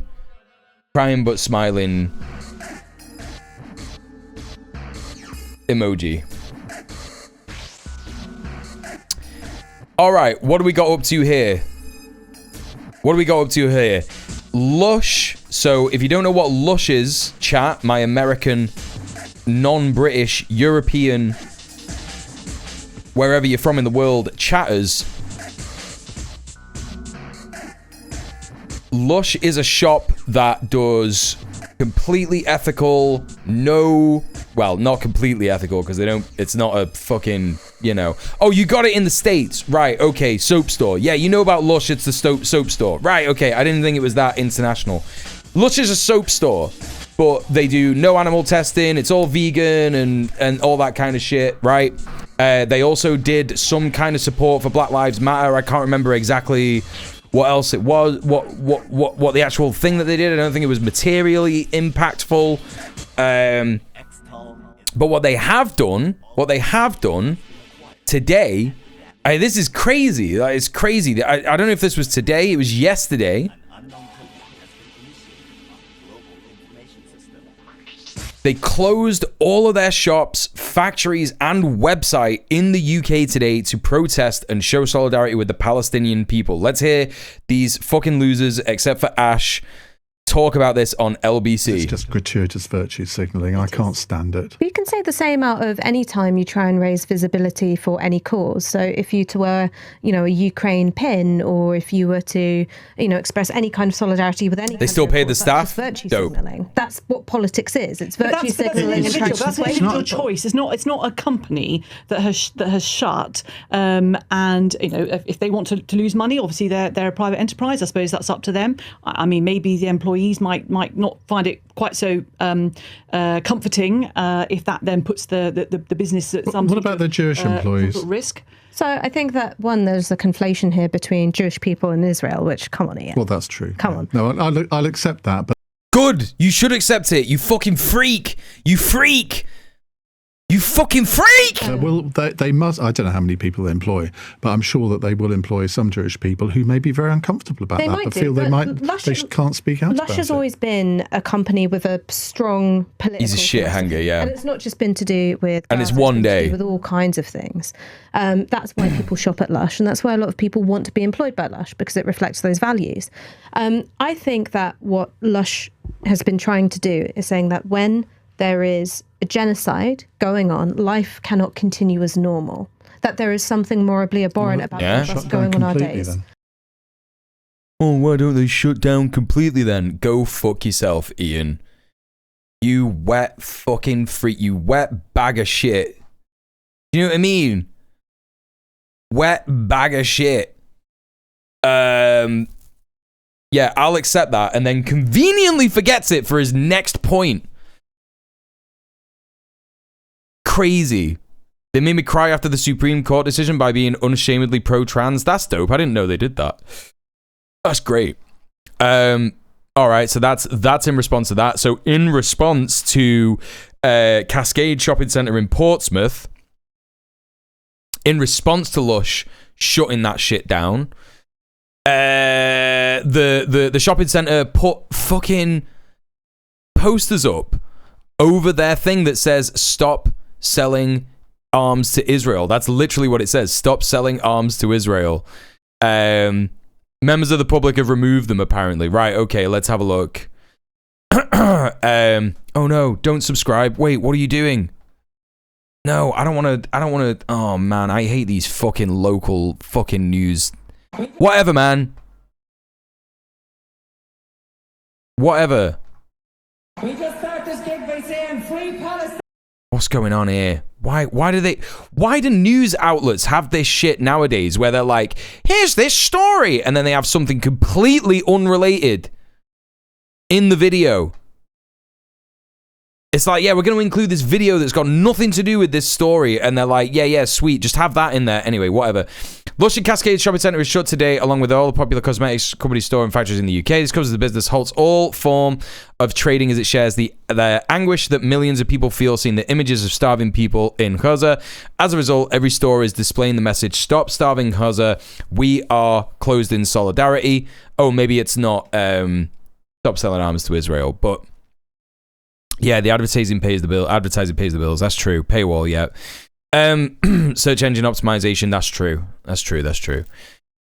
Amy Grice, Deputy Centre Manager at Cascade, said we have to remain neutral to protect the centre and our shoppers. If we allow a statement like that to be displayed, it could entice protests or possible damage. So we've done our best to cover it up. No, you did that. You've done a protest. You've protested them from protesting by covering it up badly, by the way. Like, you didn't even cover all of it up. That's crazy, bro. A statement read, across the Lush business, we share the anguish that millions of people feel seeing the images of starving people in Gaza, in Palestine. Yeah, that's true. Stop starving Gaza. We're closed in solidarity. Does it have any information here about the fact that people took it down? Despite the message being hidden, Amy has admitted they are fighting a losing battle with members of the public removing the Cascades poster covering Lush's message. Fighting a losing battle. That's great. Get fucked. Okay, that's good stuff. That's really good stuff.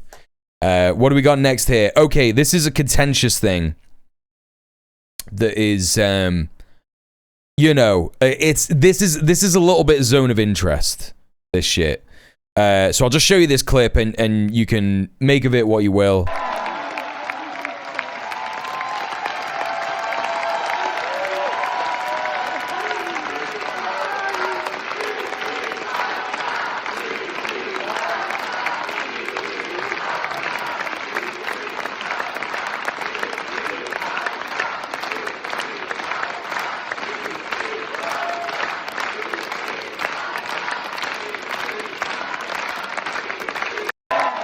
So what this is, chat, is a 22 or a 28 second standing ovation. Oh, sorry, 22. This is a clip of a 22-minute standing ovation from the Venice Film Festival after the film The Voice of Hind Rajab was played. The Voice of Hind Rajab is about Hind Rajab, the 5-year-old girl who was in the car that Israel attacked with 355 anti-tank bullets. Based Italians again, is it? Yeah, absolutely. Some people have criticized this. I don't know where I stand on it because, again, we've seen lots of tangible actions from Italians to fight the genocide in Gaza, and they are also talking about the fact that if the Gaza Samud Flotilla, the global Samud Flotilla, doesn't communicate with the dock workers in Italy, you know, in Genoa at least, they're going to shut down trade to the world. You know, the port in Genoa that they sailed from is like an incredibly important port. So, you know, that's like huge material solidarity that they're saying that they're going to do. Lots of people have criticized this, saying like, okay, it's great that all these like posh rich people are, you know, doing a standing ovation and supporting this, but it feels wrong, right? Like what else are they doing? You know what I mean? What else are they doing? I say Bella Ciao, this gets eyeballs. That's true. Yeah, that's true.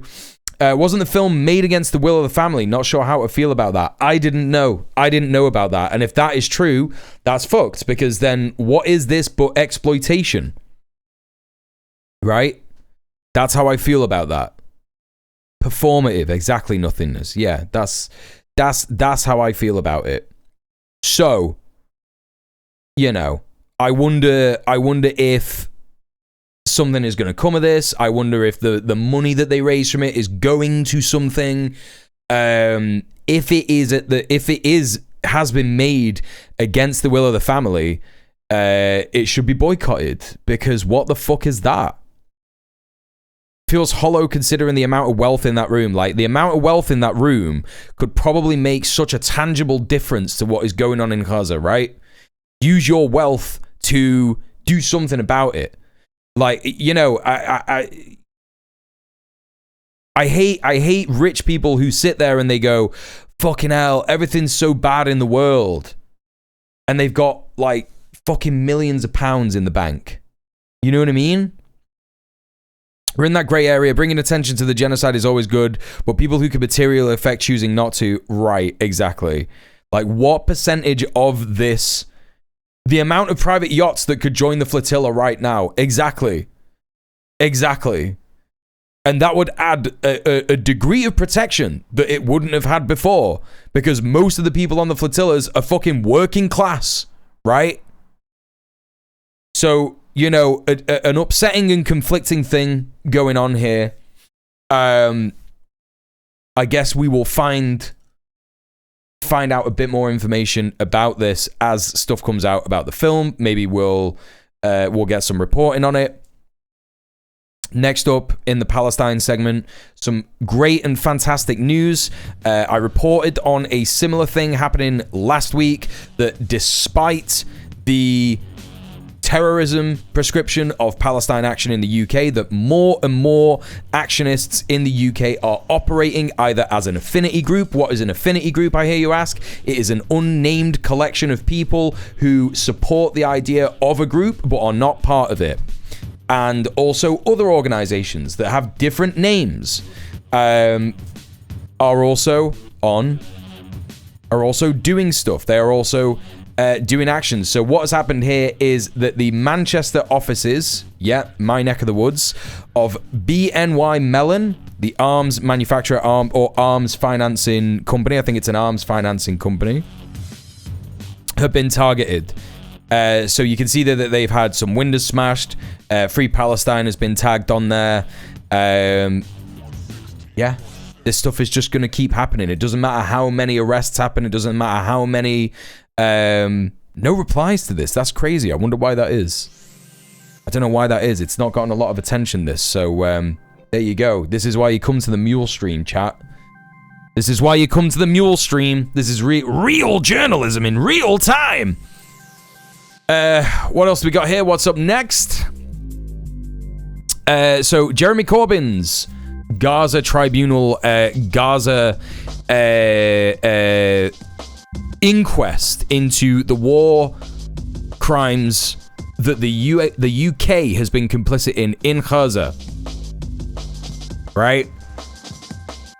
That is apparently happening now. That has apparently happened yesterday at 12 p.m.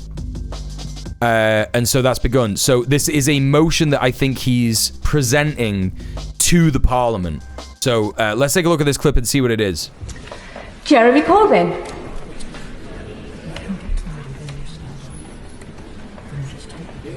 Never sound like arms companies, yeah. One of the Novara crew are on the flotilla. I didn't know that.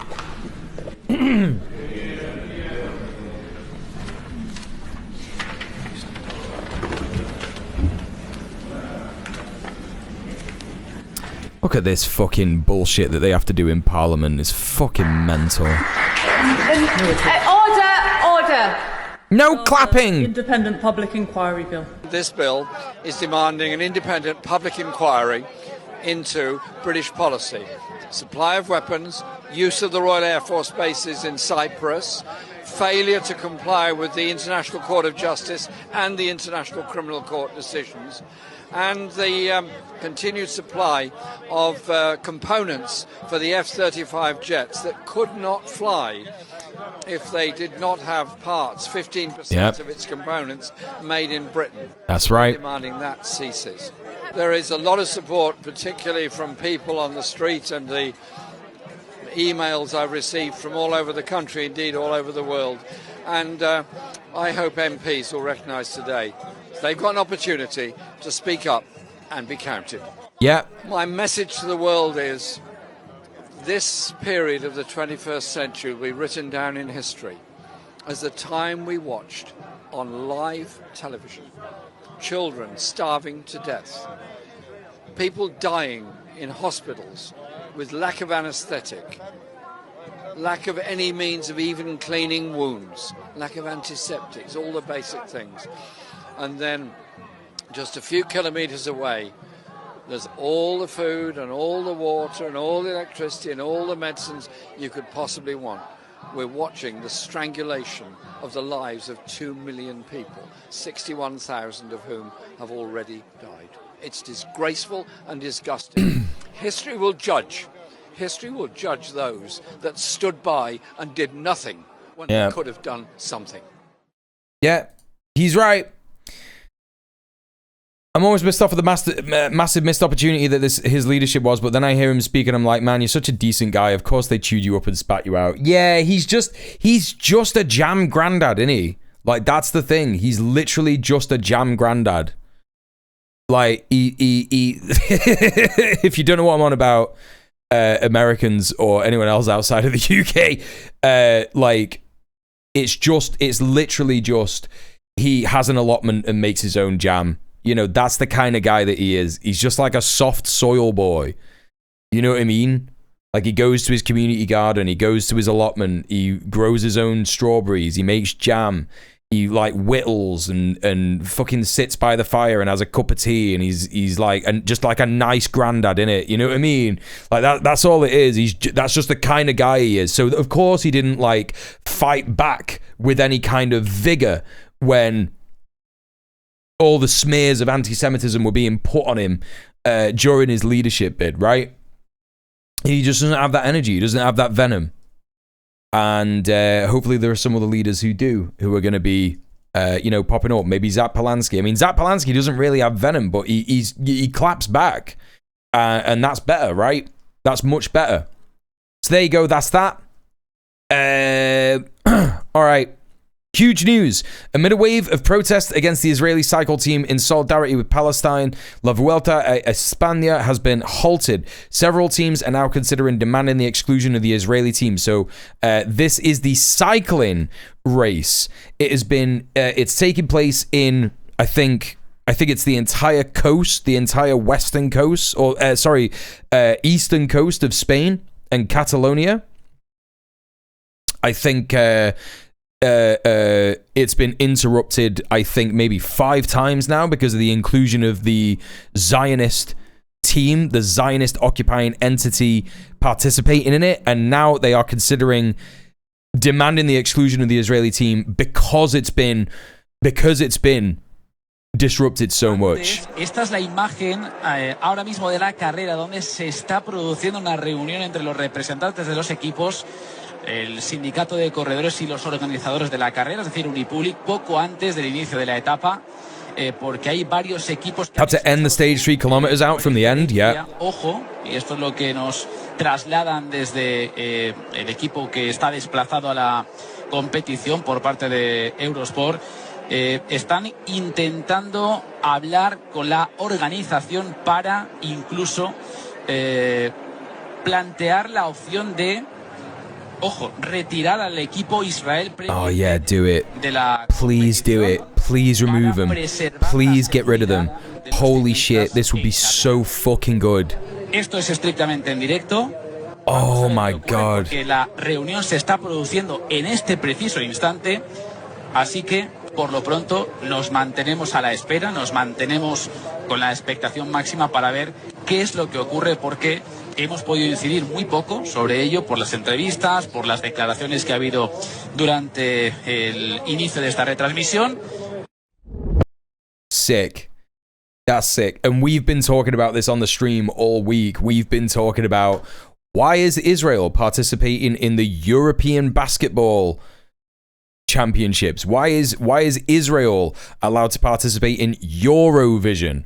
Why is Israel allowed to participate in all these European sport competitions? And it's because it's seen as a white European country. That's what it is. It is an extension of Europe. It doesn't even see itself as a Middle Eastern country. It doesn't participate in fucking Middle Eastern sport. I mean, I think it does. I think it started to do that now, but it wasn't interested in doing any of that shit. Like fucking Middle Eastern sports competitions and shit. But you know, that's the extent of it, right? The quiet part's out loud. It's so obvious, right? So this is news regarding the global Samud flotilla.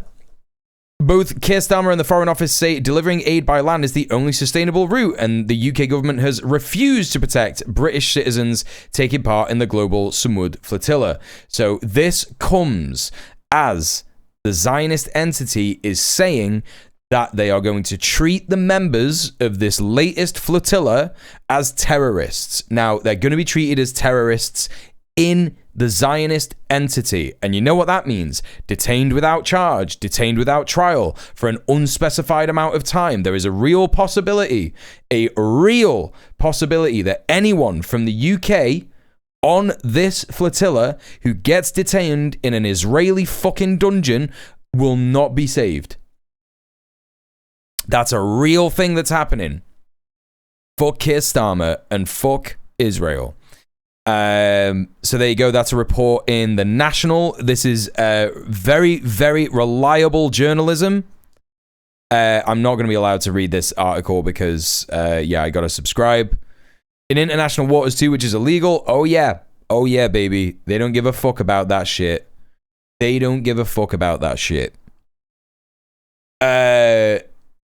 I'm not going to be allowed to read this article because I got to subscribe, but The National is a very reliable news source. I would recommend people read The National. Of course, it's a Scottish paper. Of course, a Scottish paper is going to have much better reporting on actual politics in England than any fucking English journalists do.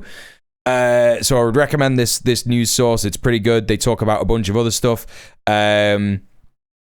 regarding Palestine, and here's some other shit that's been going down in the UK.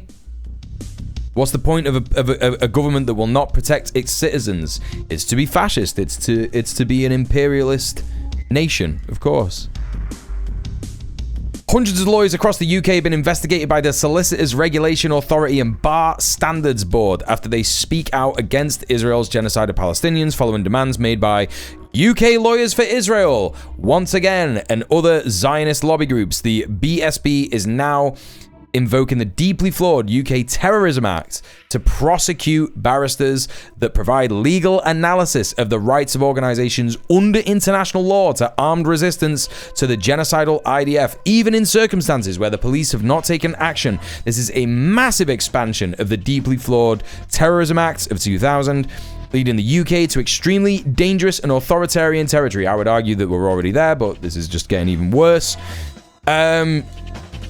One such case is Usman Noor, who worked as a human rights and refugee law barrister and now faces prosecution by the Bar Standards Board after providing legal analysis of the rights of Hezbollah under international law to use military force against the IDF. So this is what is happening, chat.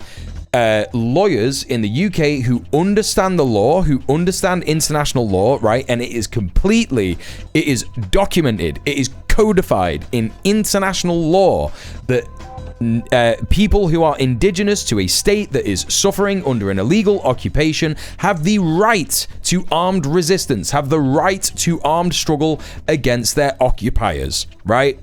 And that is what they will be referring to, Usman Noor. That is what that person will be referring to. That's what that lawyer will be referring to.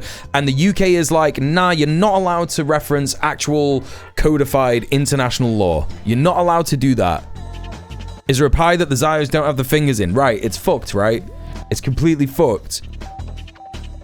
He's instructed barrister Frank McGuinness to defend this case in a way that causes maximum damage to the racist ideology of Zionism and the apartheid state of Israel. Zionism, like all colonial projects, will be defeated on the battlefield, but those of us on the ground in Palestine can still do our part to damage Zionism. Oh, not on the ground in Palestine, can still do our part to damage Zionism and create more space for anti-genocide and anti-apartheid speech.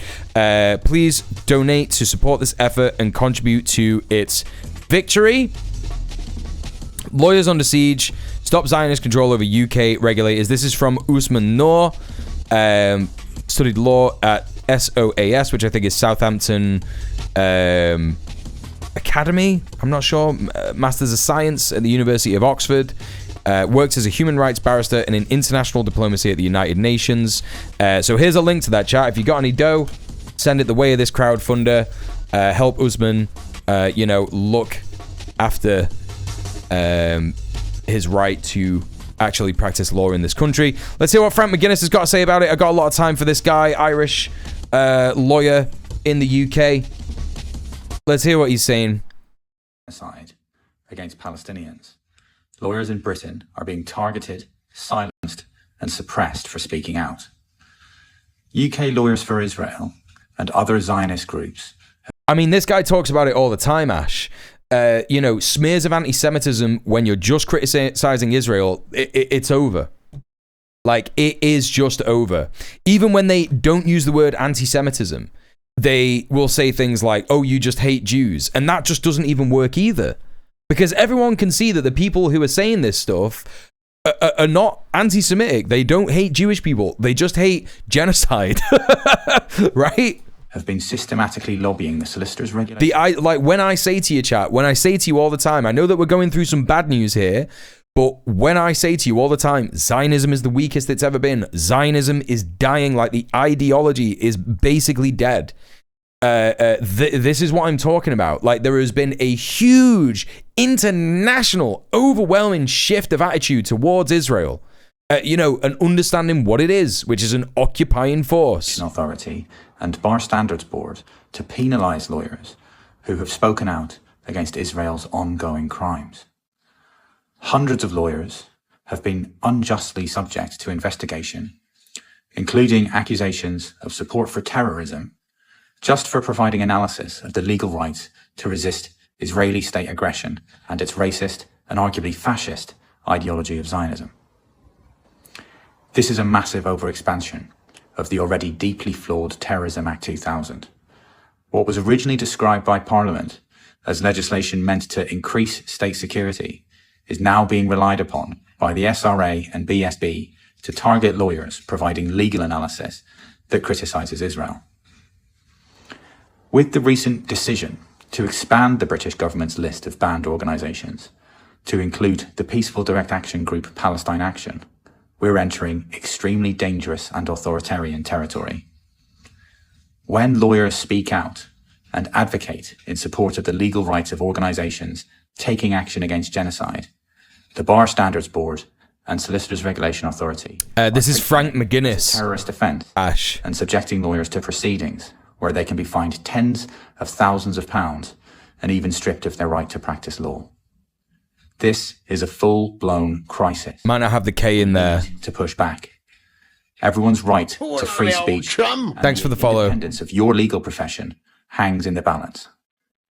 We're asking for your support to defend a case at the Bar Tribunal Service where all of these important issues are at stake. So he's going to be talking about this crowdfunder. I was called to the bar in 2010 Here's Usman at Garden Court Chambers, a well-known set for the defense of civil liberties. Since October 23, I've been speaking out against the atrocities committed by Israel in Palestine. He's a scouser. Neighboring countries. As a result, the UK Lawyers for Israel have lobbied the Bar Standards Board of England and Wales to penalise me here in the United Kingdom. On the 20th of June 2024, around 10 months into Israel's genocide in Gaza, the IDF had also killed hundreds of Lebanese civilians, including many children. I posted on social media that Hezbollah has a legal right to use military force to destroy the Israeli Defense Force. And this is just legal fact. This is just fact. This is just international law. It doesn't matter whether the UK has prescribed Hezbollah as a terrorist organization. This is just legal fact. That's all it is. The Israeli Defense Force is an organization. It's an occupying force. It's the Israeli occupation force. And they are invading Lebanon. They are invading Lebanon on a daily fucking basis. And anyone who lives in that country has the right to armed struggle against an invading force.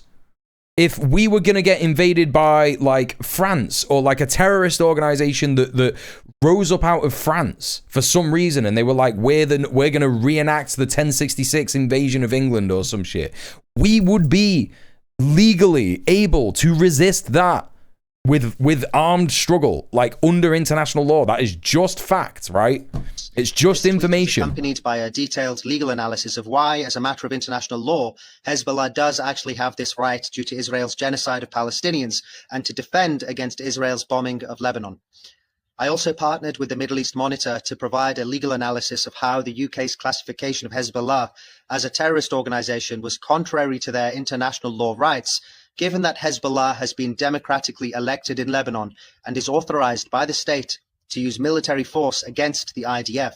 Right. My analysis here is consistent with what I've always done as a barrister, which is to defend international law. The police haven't taken issue with these posts and there's been no investigation from them, but it's actually the Bar Standards Board. Lebanon get bombed all the time by Israel fighter jet. They're doing it all the time. Like this is the key thing to understand about the Zionist entity. They are so like constantly attacking every single one of its neighbors in some way. Syria, Lebanon, Yemen, like even threatening Egypt that is so servile and submissive to Israel. They closed the Rafah border so that Palestinians can't escape Gaza. Not that lots of them are trying to, but some of them are. And also so that aid can't get in. Egypt does everything that Israel tells it to. And despite that, there are people within the Zionist parliament, you know, the charade of a parliament that isn't even real because it's not a real fucking country. It's an occupying military force. They're going like, we don't think Egypt is doing enough. We don't think that Egypt is genocidal enough. Maybe Egypt is our enemy. Like they are like Norman. I'm gonna grab the clip. Norman Finkelstein, problematic guy, but he's correct. He's so correct about Israel. It's fucking crazy. Norman Finkelstein, Israel is a crazy state. I wonder if this will come up. This is like a fucking like this is like an hour-long fucking thing. There's like a clip of him. There's a clip of him from a few years ago. And I can't remember what fucking YouTube it's on. YouTube. Yeah, no worries, nothingness. Thanks so much for stopping by. See you soon.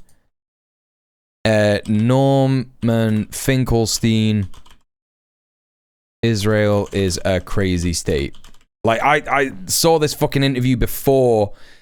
Oh yeah, this is it. This is the clip. Okay, but I ask you, so you make the point that's 10 years ago, and I appreciate that, but you know, it's only recently you said of Israel, it's a crazy country, it's like a junkie. Every few years they go to war, they need their fix, they're lunatics. American Jews don't want to defend that. Yeah, Israel is carrying on in a lunatic fashion. I would like to ask you... And Hezbollah, who you went to meet? I would like to ask you, name me another country in the world. 2003, Israel was the cheerleaders for the war in Iraq. 2006, it went into war in Lebanon. 2008, 2009, it attacked Gaza. Now it talks about attacking Iran. If you read the Israeli papers every day, they talk about, should we attack Gaza? Should we attack Lebanon? Should we attack Syria? Name me another country in the world that falls into that category. Well, that's a lunatic state. Israel would point to a number of its neighbors and say exactly the same thing. No, you show me how many countries has Iran planned to attack? Like, this is it. It's so easy. And look, like, chat, this is 7 years ago that this was uploaded, and this conversation is like, fucking, I don't even know when this is from. This is like 2011 that this clip is from. This is like 2011, and the BBC Hard Talk, this program that he's on, Hard Talk, was a BBC news politics show. And he is here, and the BBC presenter, the BBC presenter is like, no, but can't you see how that's anti-Semitic? Can't you see how Jews would hate that? Can't you see how Jews wouldn't like that? And he's like, I'm Jewish. American Jews don't want to defend that shit. You know what I mean? Hey, Tarikabori, how are you? No, let's ask a simple question. How many countries in the last 10 years has Iran attacked? When you look... No, that's a fair question. How many countries in the last 10 years has Iran attacked? When you look at the history of Israel, do you not have some sympathy or understanding, people would ask, as to why they feel threatened and why we're not talking they about why they feel threatened. We're talking about a country that every 2 or 3 years goes to war. And if you follow the press as I do, every day they talk about, let's attack this country, let's attack that country. That's not normal. And when I call the lunatic why state... is it that the Israeli people vote in this government that you say is responsible for that? I think it's a regrettable fact. I don't say these things with glee. I'm not happy about that fact. As the American economist, the Nobel laureate Paul Krugman, put it in the New York Times last week, he said it's perfectly obvious Israel's headed towards national suicide. It's become a crazy state.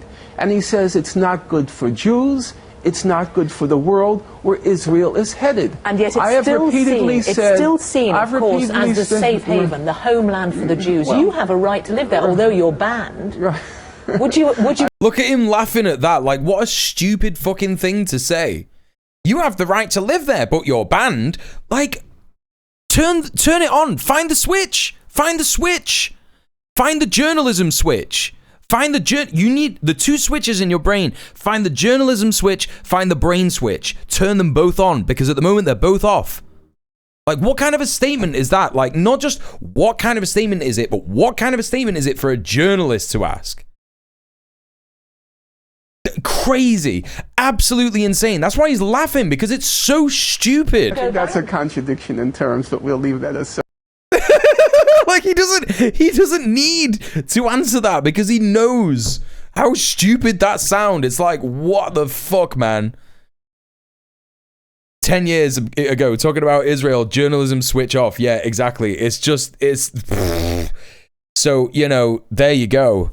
After being lobbied by the UK lawyers for Israel. So there you go, Fighter Jet. They attack fucking everybody all the time, and they've been doing it for decades. They're like, should we go to war with Syria? Should we go to war with Lebanon? Should we go to war with Jordan? Should we go to war with Saudi Arabia? Should we go to war with Iran?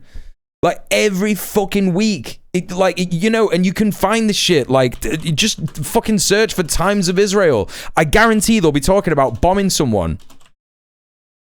Obviously, they'll be talking about bombing Gaza.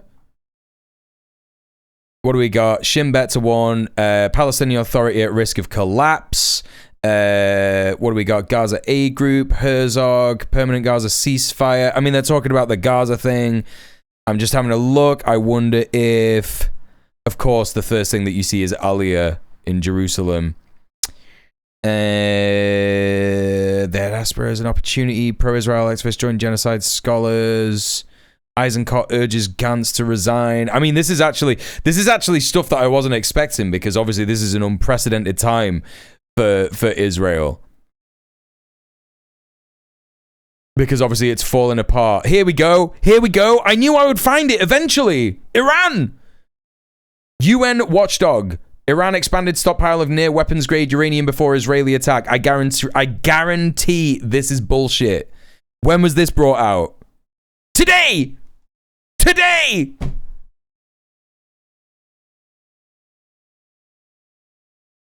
You know? You just have to like go to their press and you will see it. And the Times of Israel is the English-facing paper. Like, so the really important thing to remember about Israel, they have English-facing papers and they have Hebrew papers. Now, I can't read Hebrew, so I'm not going to be able to understand it. You can get translations, you can get like Google to translate it, and it'll be like okay, but you won't get like the full thing because I don't know. But this is the English-facing paper, so they want to appear to English-speaking countries to be like balanced and understanding, and they're just like, yeah, man, that country that we tried to whip and we got fucking pwned. They're still stockpiling nuclear, weapons grade uranium to make nuclear weapons. Confidential report says IAEA hasn't been able to verify Tehran's stash of highly enriched uranium for over 2.5 months. Or what, since you last fucking bombed them? This is literally fucking Israel's fault. It's not a confidential report. It's probably completely accessible to the public, and also journalists have got it. How is it a confidential report if it's being reported in the fucking Times of Israel? What do you mean, bro? What do you mean?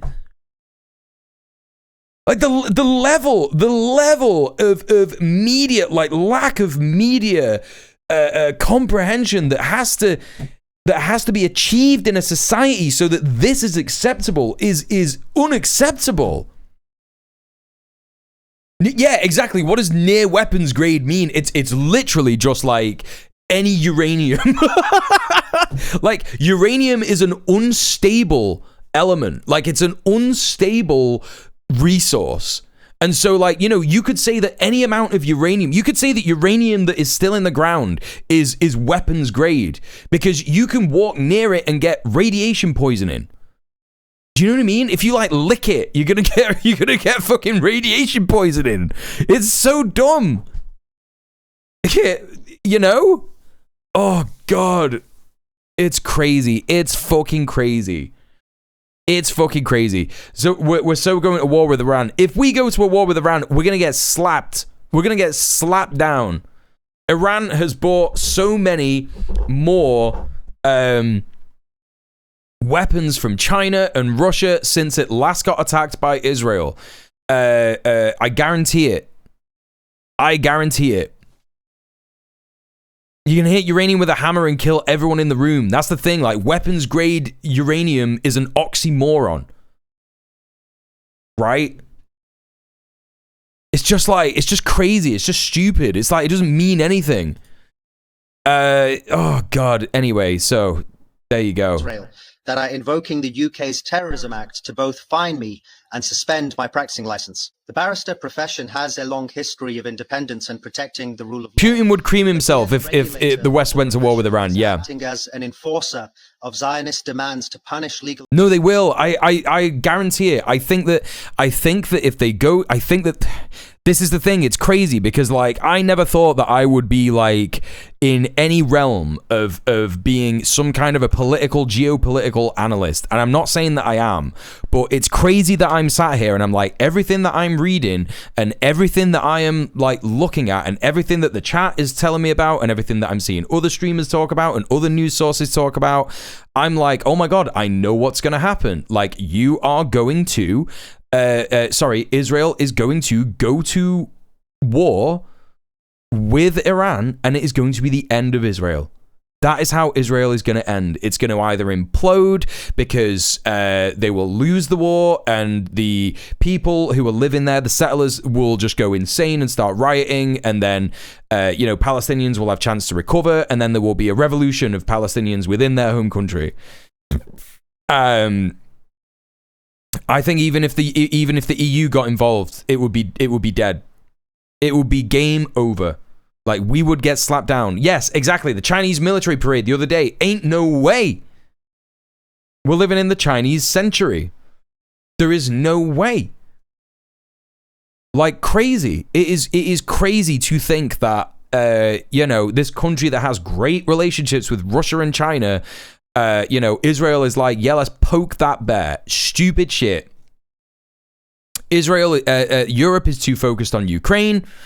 America is too focused on like fighting anyone at the minute. Like they're going crazy. They're acting like Israel and they're fighting themselves. They've got fucking National Guard going around DC, fucking New York, Chicago. And where do they think the backup's coming from?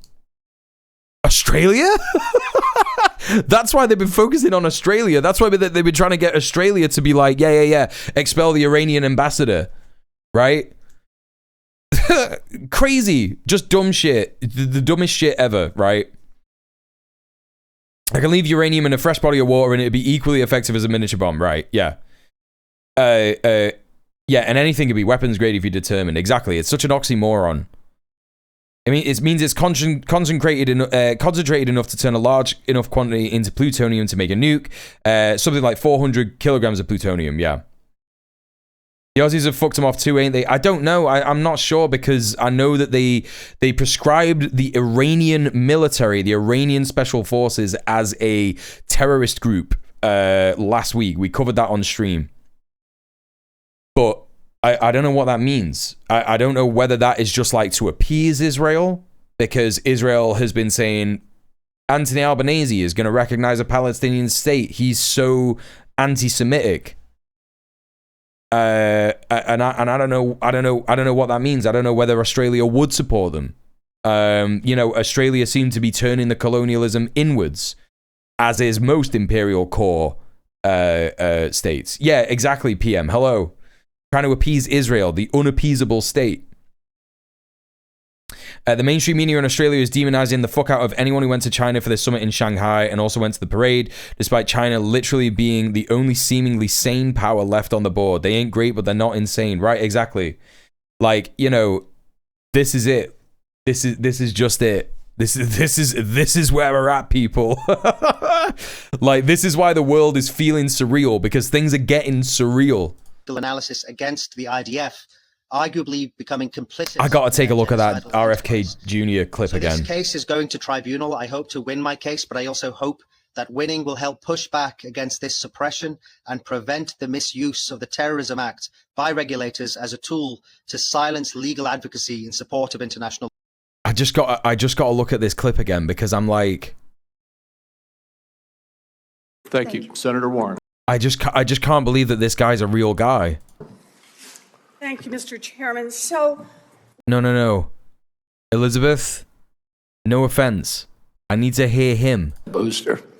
I'm sorry? Anybody can get it, Senator. Anybody. So you're saying that is now the official rule of HHS. Anybody is eligible to get a booster by just walking into the pharmacy. It's not recommended for healthy people. No. I could watch this guy for hours. I'm not gonna lie, chat. I could watch him for hours.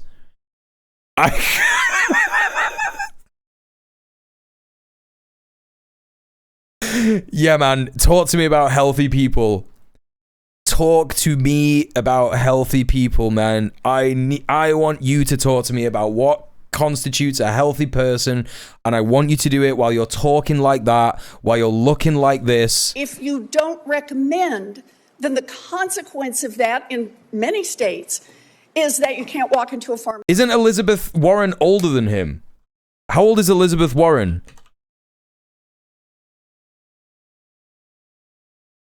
1949. What is that? How old is 1949 when she's 76?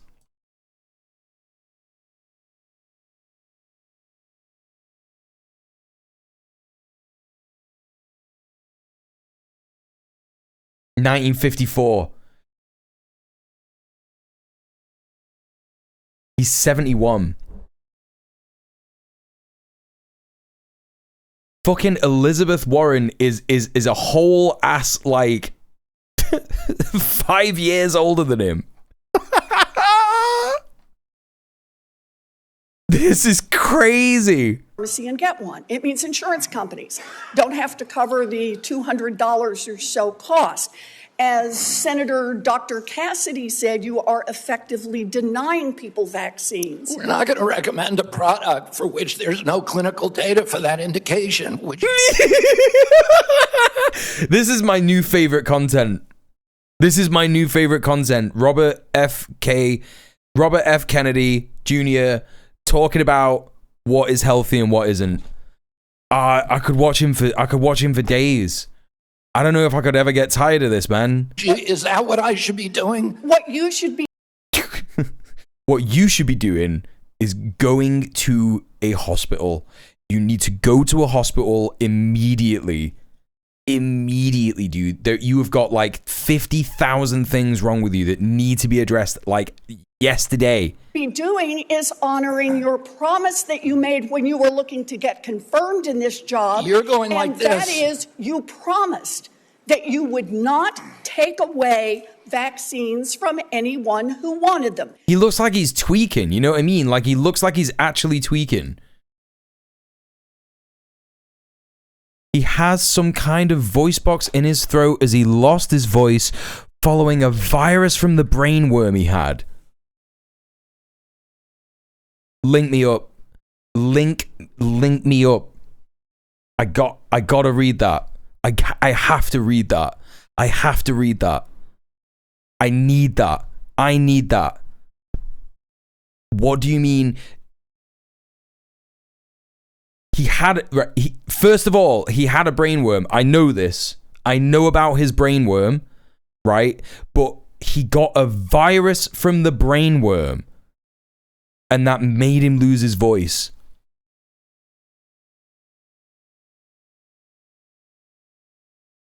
This is crazy, man.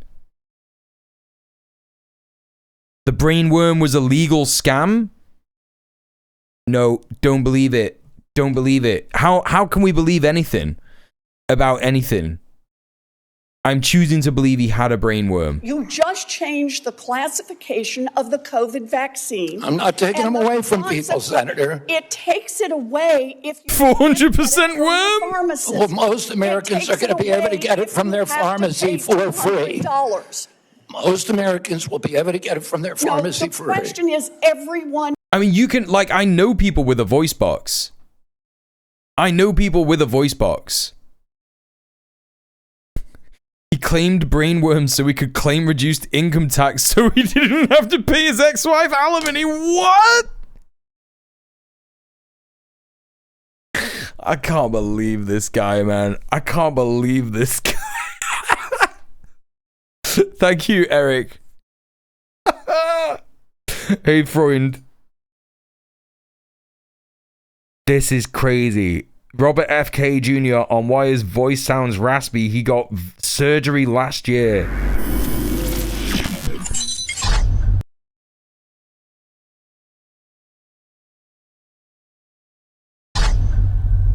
Which is why your voice sounds the way it does right now. You had an operation for this at one point, right? I went about a year ago. I went to, not even a year, I'd say 7 months. No, but also, like, I know people who have voice boxes. Like, I've come across people who have voice boxes in my life. And they don't sound like this, you know what I mean? You can get, like, you know, one of them ones that's like, and you just, like, you can speak kind of normally. His voice has sounded like this for a decade at least, yeah. Do you think RFK Jr. deliberately wants to kill people, or do you think he genuinely believes this granola crunchy nonsense? Yeah, I love the way you put it. It's hard to say, man. Like, I think he believes it. You think he's a eugenics guy and he wants to kill people? I think he believes it, because he's so unwell. This guy is so unwell, and I think that you only get this unwell when you believe that granola crunchy nonsense. I think I think he does believe it. And to Kyoto to get a surgery, a procedure. Like, he's not just speaking with a voice box. He's also, like, he looks like he's in pain all the time. And also, like, he's so red. His blood pressure must be through the fucking roof. that they developed there and that is not available here in the United States. And it basically is my brain, it's a neurological injury. So my brain is telling my vocal cords to tighten up. And they were so tight that they were touching each other and no air could get through. So a lot of times I'd go. Are there two vocal cords? I'm not. Why am I even questioning what I know when listening to this man about medicine? To speak, and nothing would come out. And I never knew when I went. Even his kids have spoken out about how fucked up it was growing up with him, and he's been ill and refused legitimate mental help almost his entire life. To speak what was going to happen. And I went over there. The surgery was, they do the surgery on you when you're awake, and what they do is they put a titanium bridge between your vocal cords to keep them separate, so that air can pass through. What? Nah. No,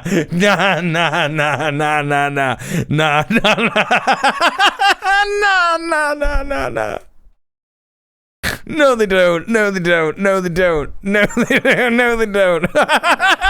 No, they don't. No, he doesn't. No, he doesn't. He doesn't have a titanium bridge between his vocal cords. No, he doesn't. No, he doesn't. No.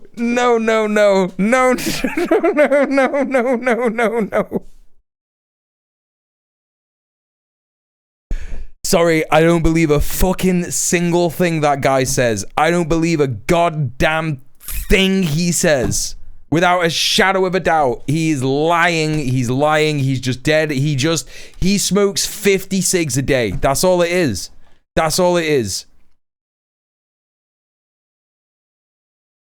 I think it's both. He doesn't believe he's killing people. He thinks they're going to die through natural selection anyway, so vaccines can only hurt. Yeah. I think you're probably... I agree with that, yeah.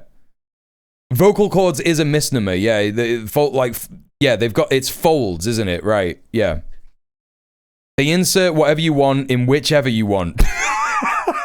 That's what I mean. Like, if you go to the right quack doctor, they'll put anything in your body. I just don't believe it. I'm not like... If someone is talking about medical procedures or a medical problem, I'm like, if the only source for that is Robert Kennedy Jr., I don't believe it. I don't fucking believe it. This is an important case. I do appreciate the link though. I do actually really appreciate the link because that was fucking funny as hell. That was great. Okay, back to Gaza news. I'm gonna watch so much of that guy later. All right, this is great. This is actually the best news of the day, by the way. Scotland votes to boycott Israel. This is the biggest news of the day. Let's take a look and see if we can get anything about this on YouTube.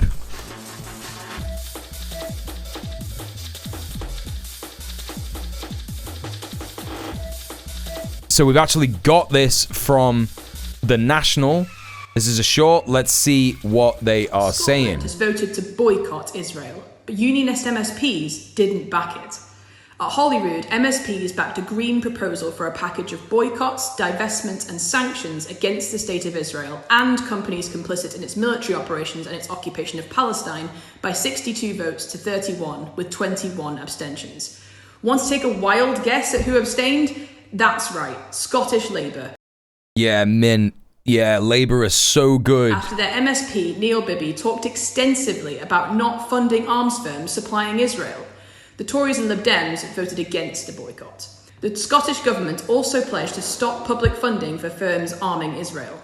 Patrick Harvey, who proposed the boycott, said if a company is profiting from apartheid and genocide against Palestinians, it should not be allowed to profit here in Scotland. Yep. External Affairs Secretary Angus Robertson said the Scottish Government could not wait for courts to determine whether a genocide was taking place. Yep. Given what we are seeing on our screens day in, day out, he said they have to act now. Find out more about what was announced on our website, thenational.scot. Dope. That's great. Let's take a look at what Ross Greer is saying. He's in the Scottish Greens. Huge news for Palestine from Scotland's Parliament today. MSPs have just voted for a Green proposal that we adopt the boycott, divestment and sanctions campaign, the kind of action that we know we need to take to put pressure on Israel to end the genocide and end the occupation. Yeah, big up, Ross. The campaign against apartheid South Africa that took place all across the world was key to bringing down that regime, and the same approach is what Palestinians are calling for their allies to take across Europe and across the world. That's why the Greens brought this proposal forward. MSPs have now voted for it, and we expect the Scottish Government to implement it. That means no support for any Israeli company, no grants, no contracts, nothing. It means urging Scottish businesses to cut any trading ties they might have with Israel. And it means taking action against the companies who are complicit in the occupation. For example, those complicit in the building of Israel's illegal settlements. They should face penalties on their business rates here in Scotland. We need to make it too expensive to be involved in Israel's genocide and the occupation. This is a huge moment for Palestine. It wouldn't have happened without the work of the Palestinian community in Scotland, peace campaigners, Greens and so many others. But there's much more work for us to do. That's dope. We are to play Scotland's full part in ending the genocide and ending the occupation. Yeah, this is sick. This is sick. Someone in another chat wrote, RFK Jr. is enriching uranium in his throat. Yeah. Yeah, he is. The pathology he described sounds correct. I don't know enough to comment on the procedure with a titanium tube. Technically, it would work, but it would also mean you get a whole bunch of gunk in your lung that isn't supposed to get in there. That's what I'm talking about. He's just making stuff up. He like reads. I feel like what RFK Jr. does is he like reads a bit of medical reporting and then goes, "Oh yeah, I understand how that works," and doesn't read the full article. You know what I mean? It's like he will have read like a thing about like vocal folds and how you can do stuff, yeah? Wild Guest London is going to do something exceedingly stupid to put this down. It's just gonna pave the way for a Scottish referendum, like an independence referendum, and the union is gonna disappear. I reported on the stream, I covered on the stream yesterday that Ireland is preparing for a united Ireland. People in the north know that the union isn't working for them. It is overwhelmingly Republican amongst the working people in the north. And you only have people who are in positions of power who are further in this lie. Like, yeah, there is a unionist amount of people in the north of Ireland. I'm not saying that they don't exist. Like, of course there are. In the same way that there are fascists in this country, there are fascists in Northern Ireland as well. But that is absolutely what is happening, right? Do you know what I mean? Like, that is absolutely what is happening. They are fucking preparing for a united Ireland. The union is going to end. Scotland are going to vote for independence. If Westminster keeps crushing stuff, there is going to be just England and Wales left. And Wales is going to see the sinking ship and go, you know what? Fuck it. We're out. All right, Ash, thanks for being here. Yeah. No, we're getting on with things at the moment. It's getting a bit late, to be honest. Where am I up to now? It is 11 o'clock. And this is good news to end on, to be honest. We didn't get through to cover the amount of stuff that I wanted to cover, and that's a shame. It's because normally we do Landlord Brain Rot on the stream on a Wednesday, but hey ho, there you go. It's been a great stream nonetheless. Thank you so much everyone for being here. It's been really, really good. I'm gonna go raid someone, so don't go anywhere. Also, you can catch me this Sunday on Red Planet. Head over to Red Planet Live, follow that Twitch channel, and you will enjoy the Commie Roundtable show that I do every Sunday with my friends Sophie from Mars and Conquest of Dread. Okay, let's go raid someone. Who are we gonna raid? Let's take a little look, see who is live. Let me take a look. Who do we got? All right, let's raid Lux. We normally raid Lux quite a lot, and I haven't really raided her for some time, so let's go raid her. She is covering some similar stuff. Big Pharma Big Pharma, probably related to the RFK Jr stuff. So that's quite a nice run on from this stream. So let's go raid Lux. And again, thank you so much, chat. Thank you so much, everyone, for being here today. Thank you so much for supporting the stream. Thank you so much for the donos. Thank you so much for the follows. Thank you so much for the subs. Appreciate all of it. Thank you, everyone, for chatting and participating in the chat and being a legend. Thank you so much for people who are lurking. I really appreciate all the lurkers. I know you're out there. You're the backbone of Twitch. You're the backbone of my stream. If you can't wait till Sunday to see me again, don't forget I've got plenty of socials. I've got 2 YouTube channels. I got a new YouTube channel. I got a new video out today. You can go and see that. That's me talking about Zack Polanski and the Greens. You can also go and check out my other YouTube channel. I got a whole bunch of content on the other YouTube channel, and you can also check out the VOD channel as well and look at all the previous streams that you might have missed. And don't forget to check out my Patreon. If you want to give me some more money, you can get bonus content on there as well. Thank you, everybody, for being here. I really appreciate that. I will see you on Sunday. Mwah. Stay excellent to each other. Peace, peace, peace.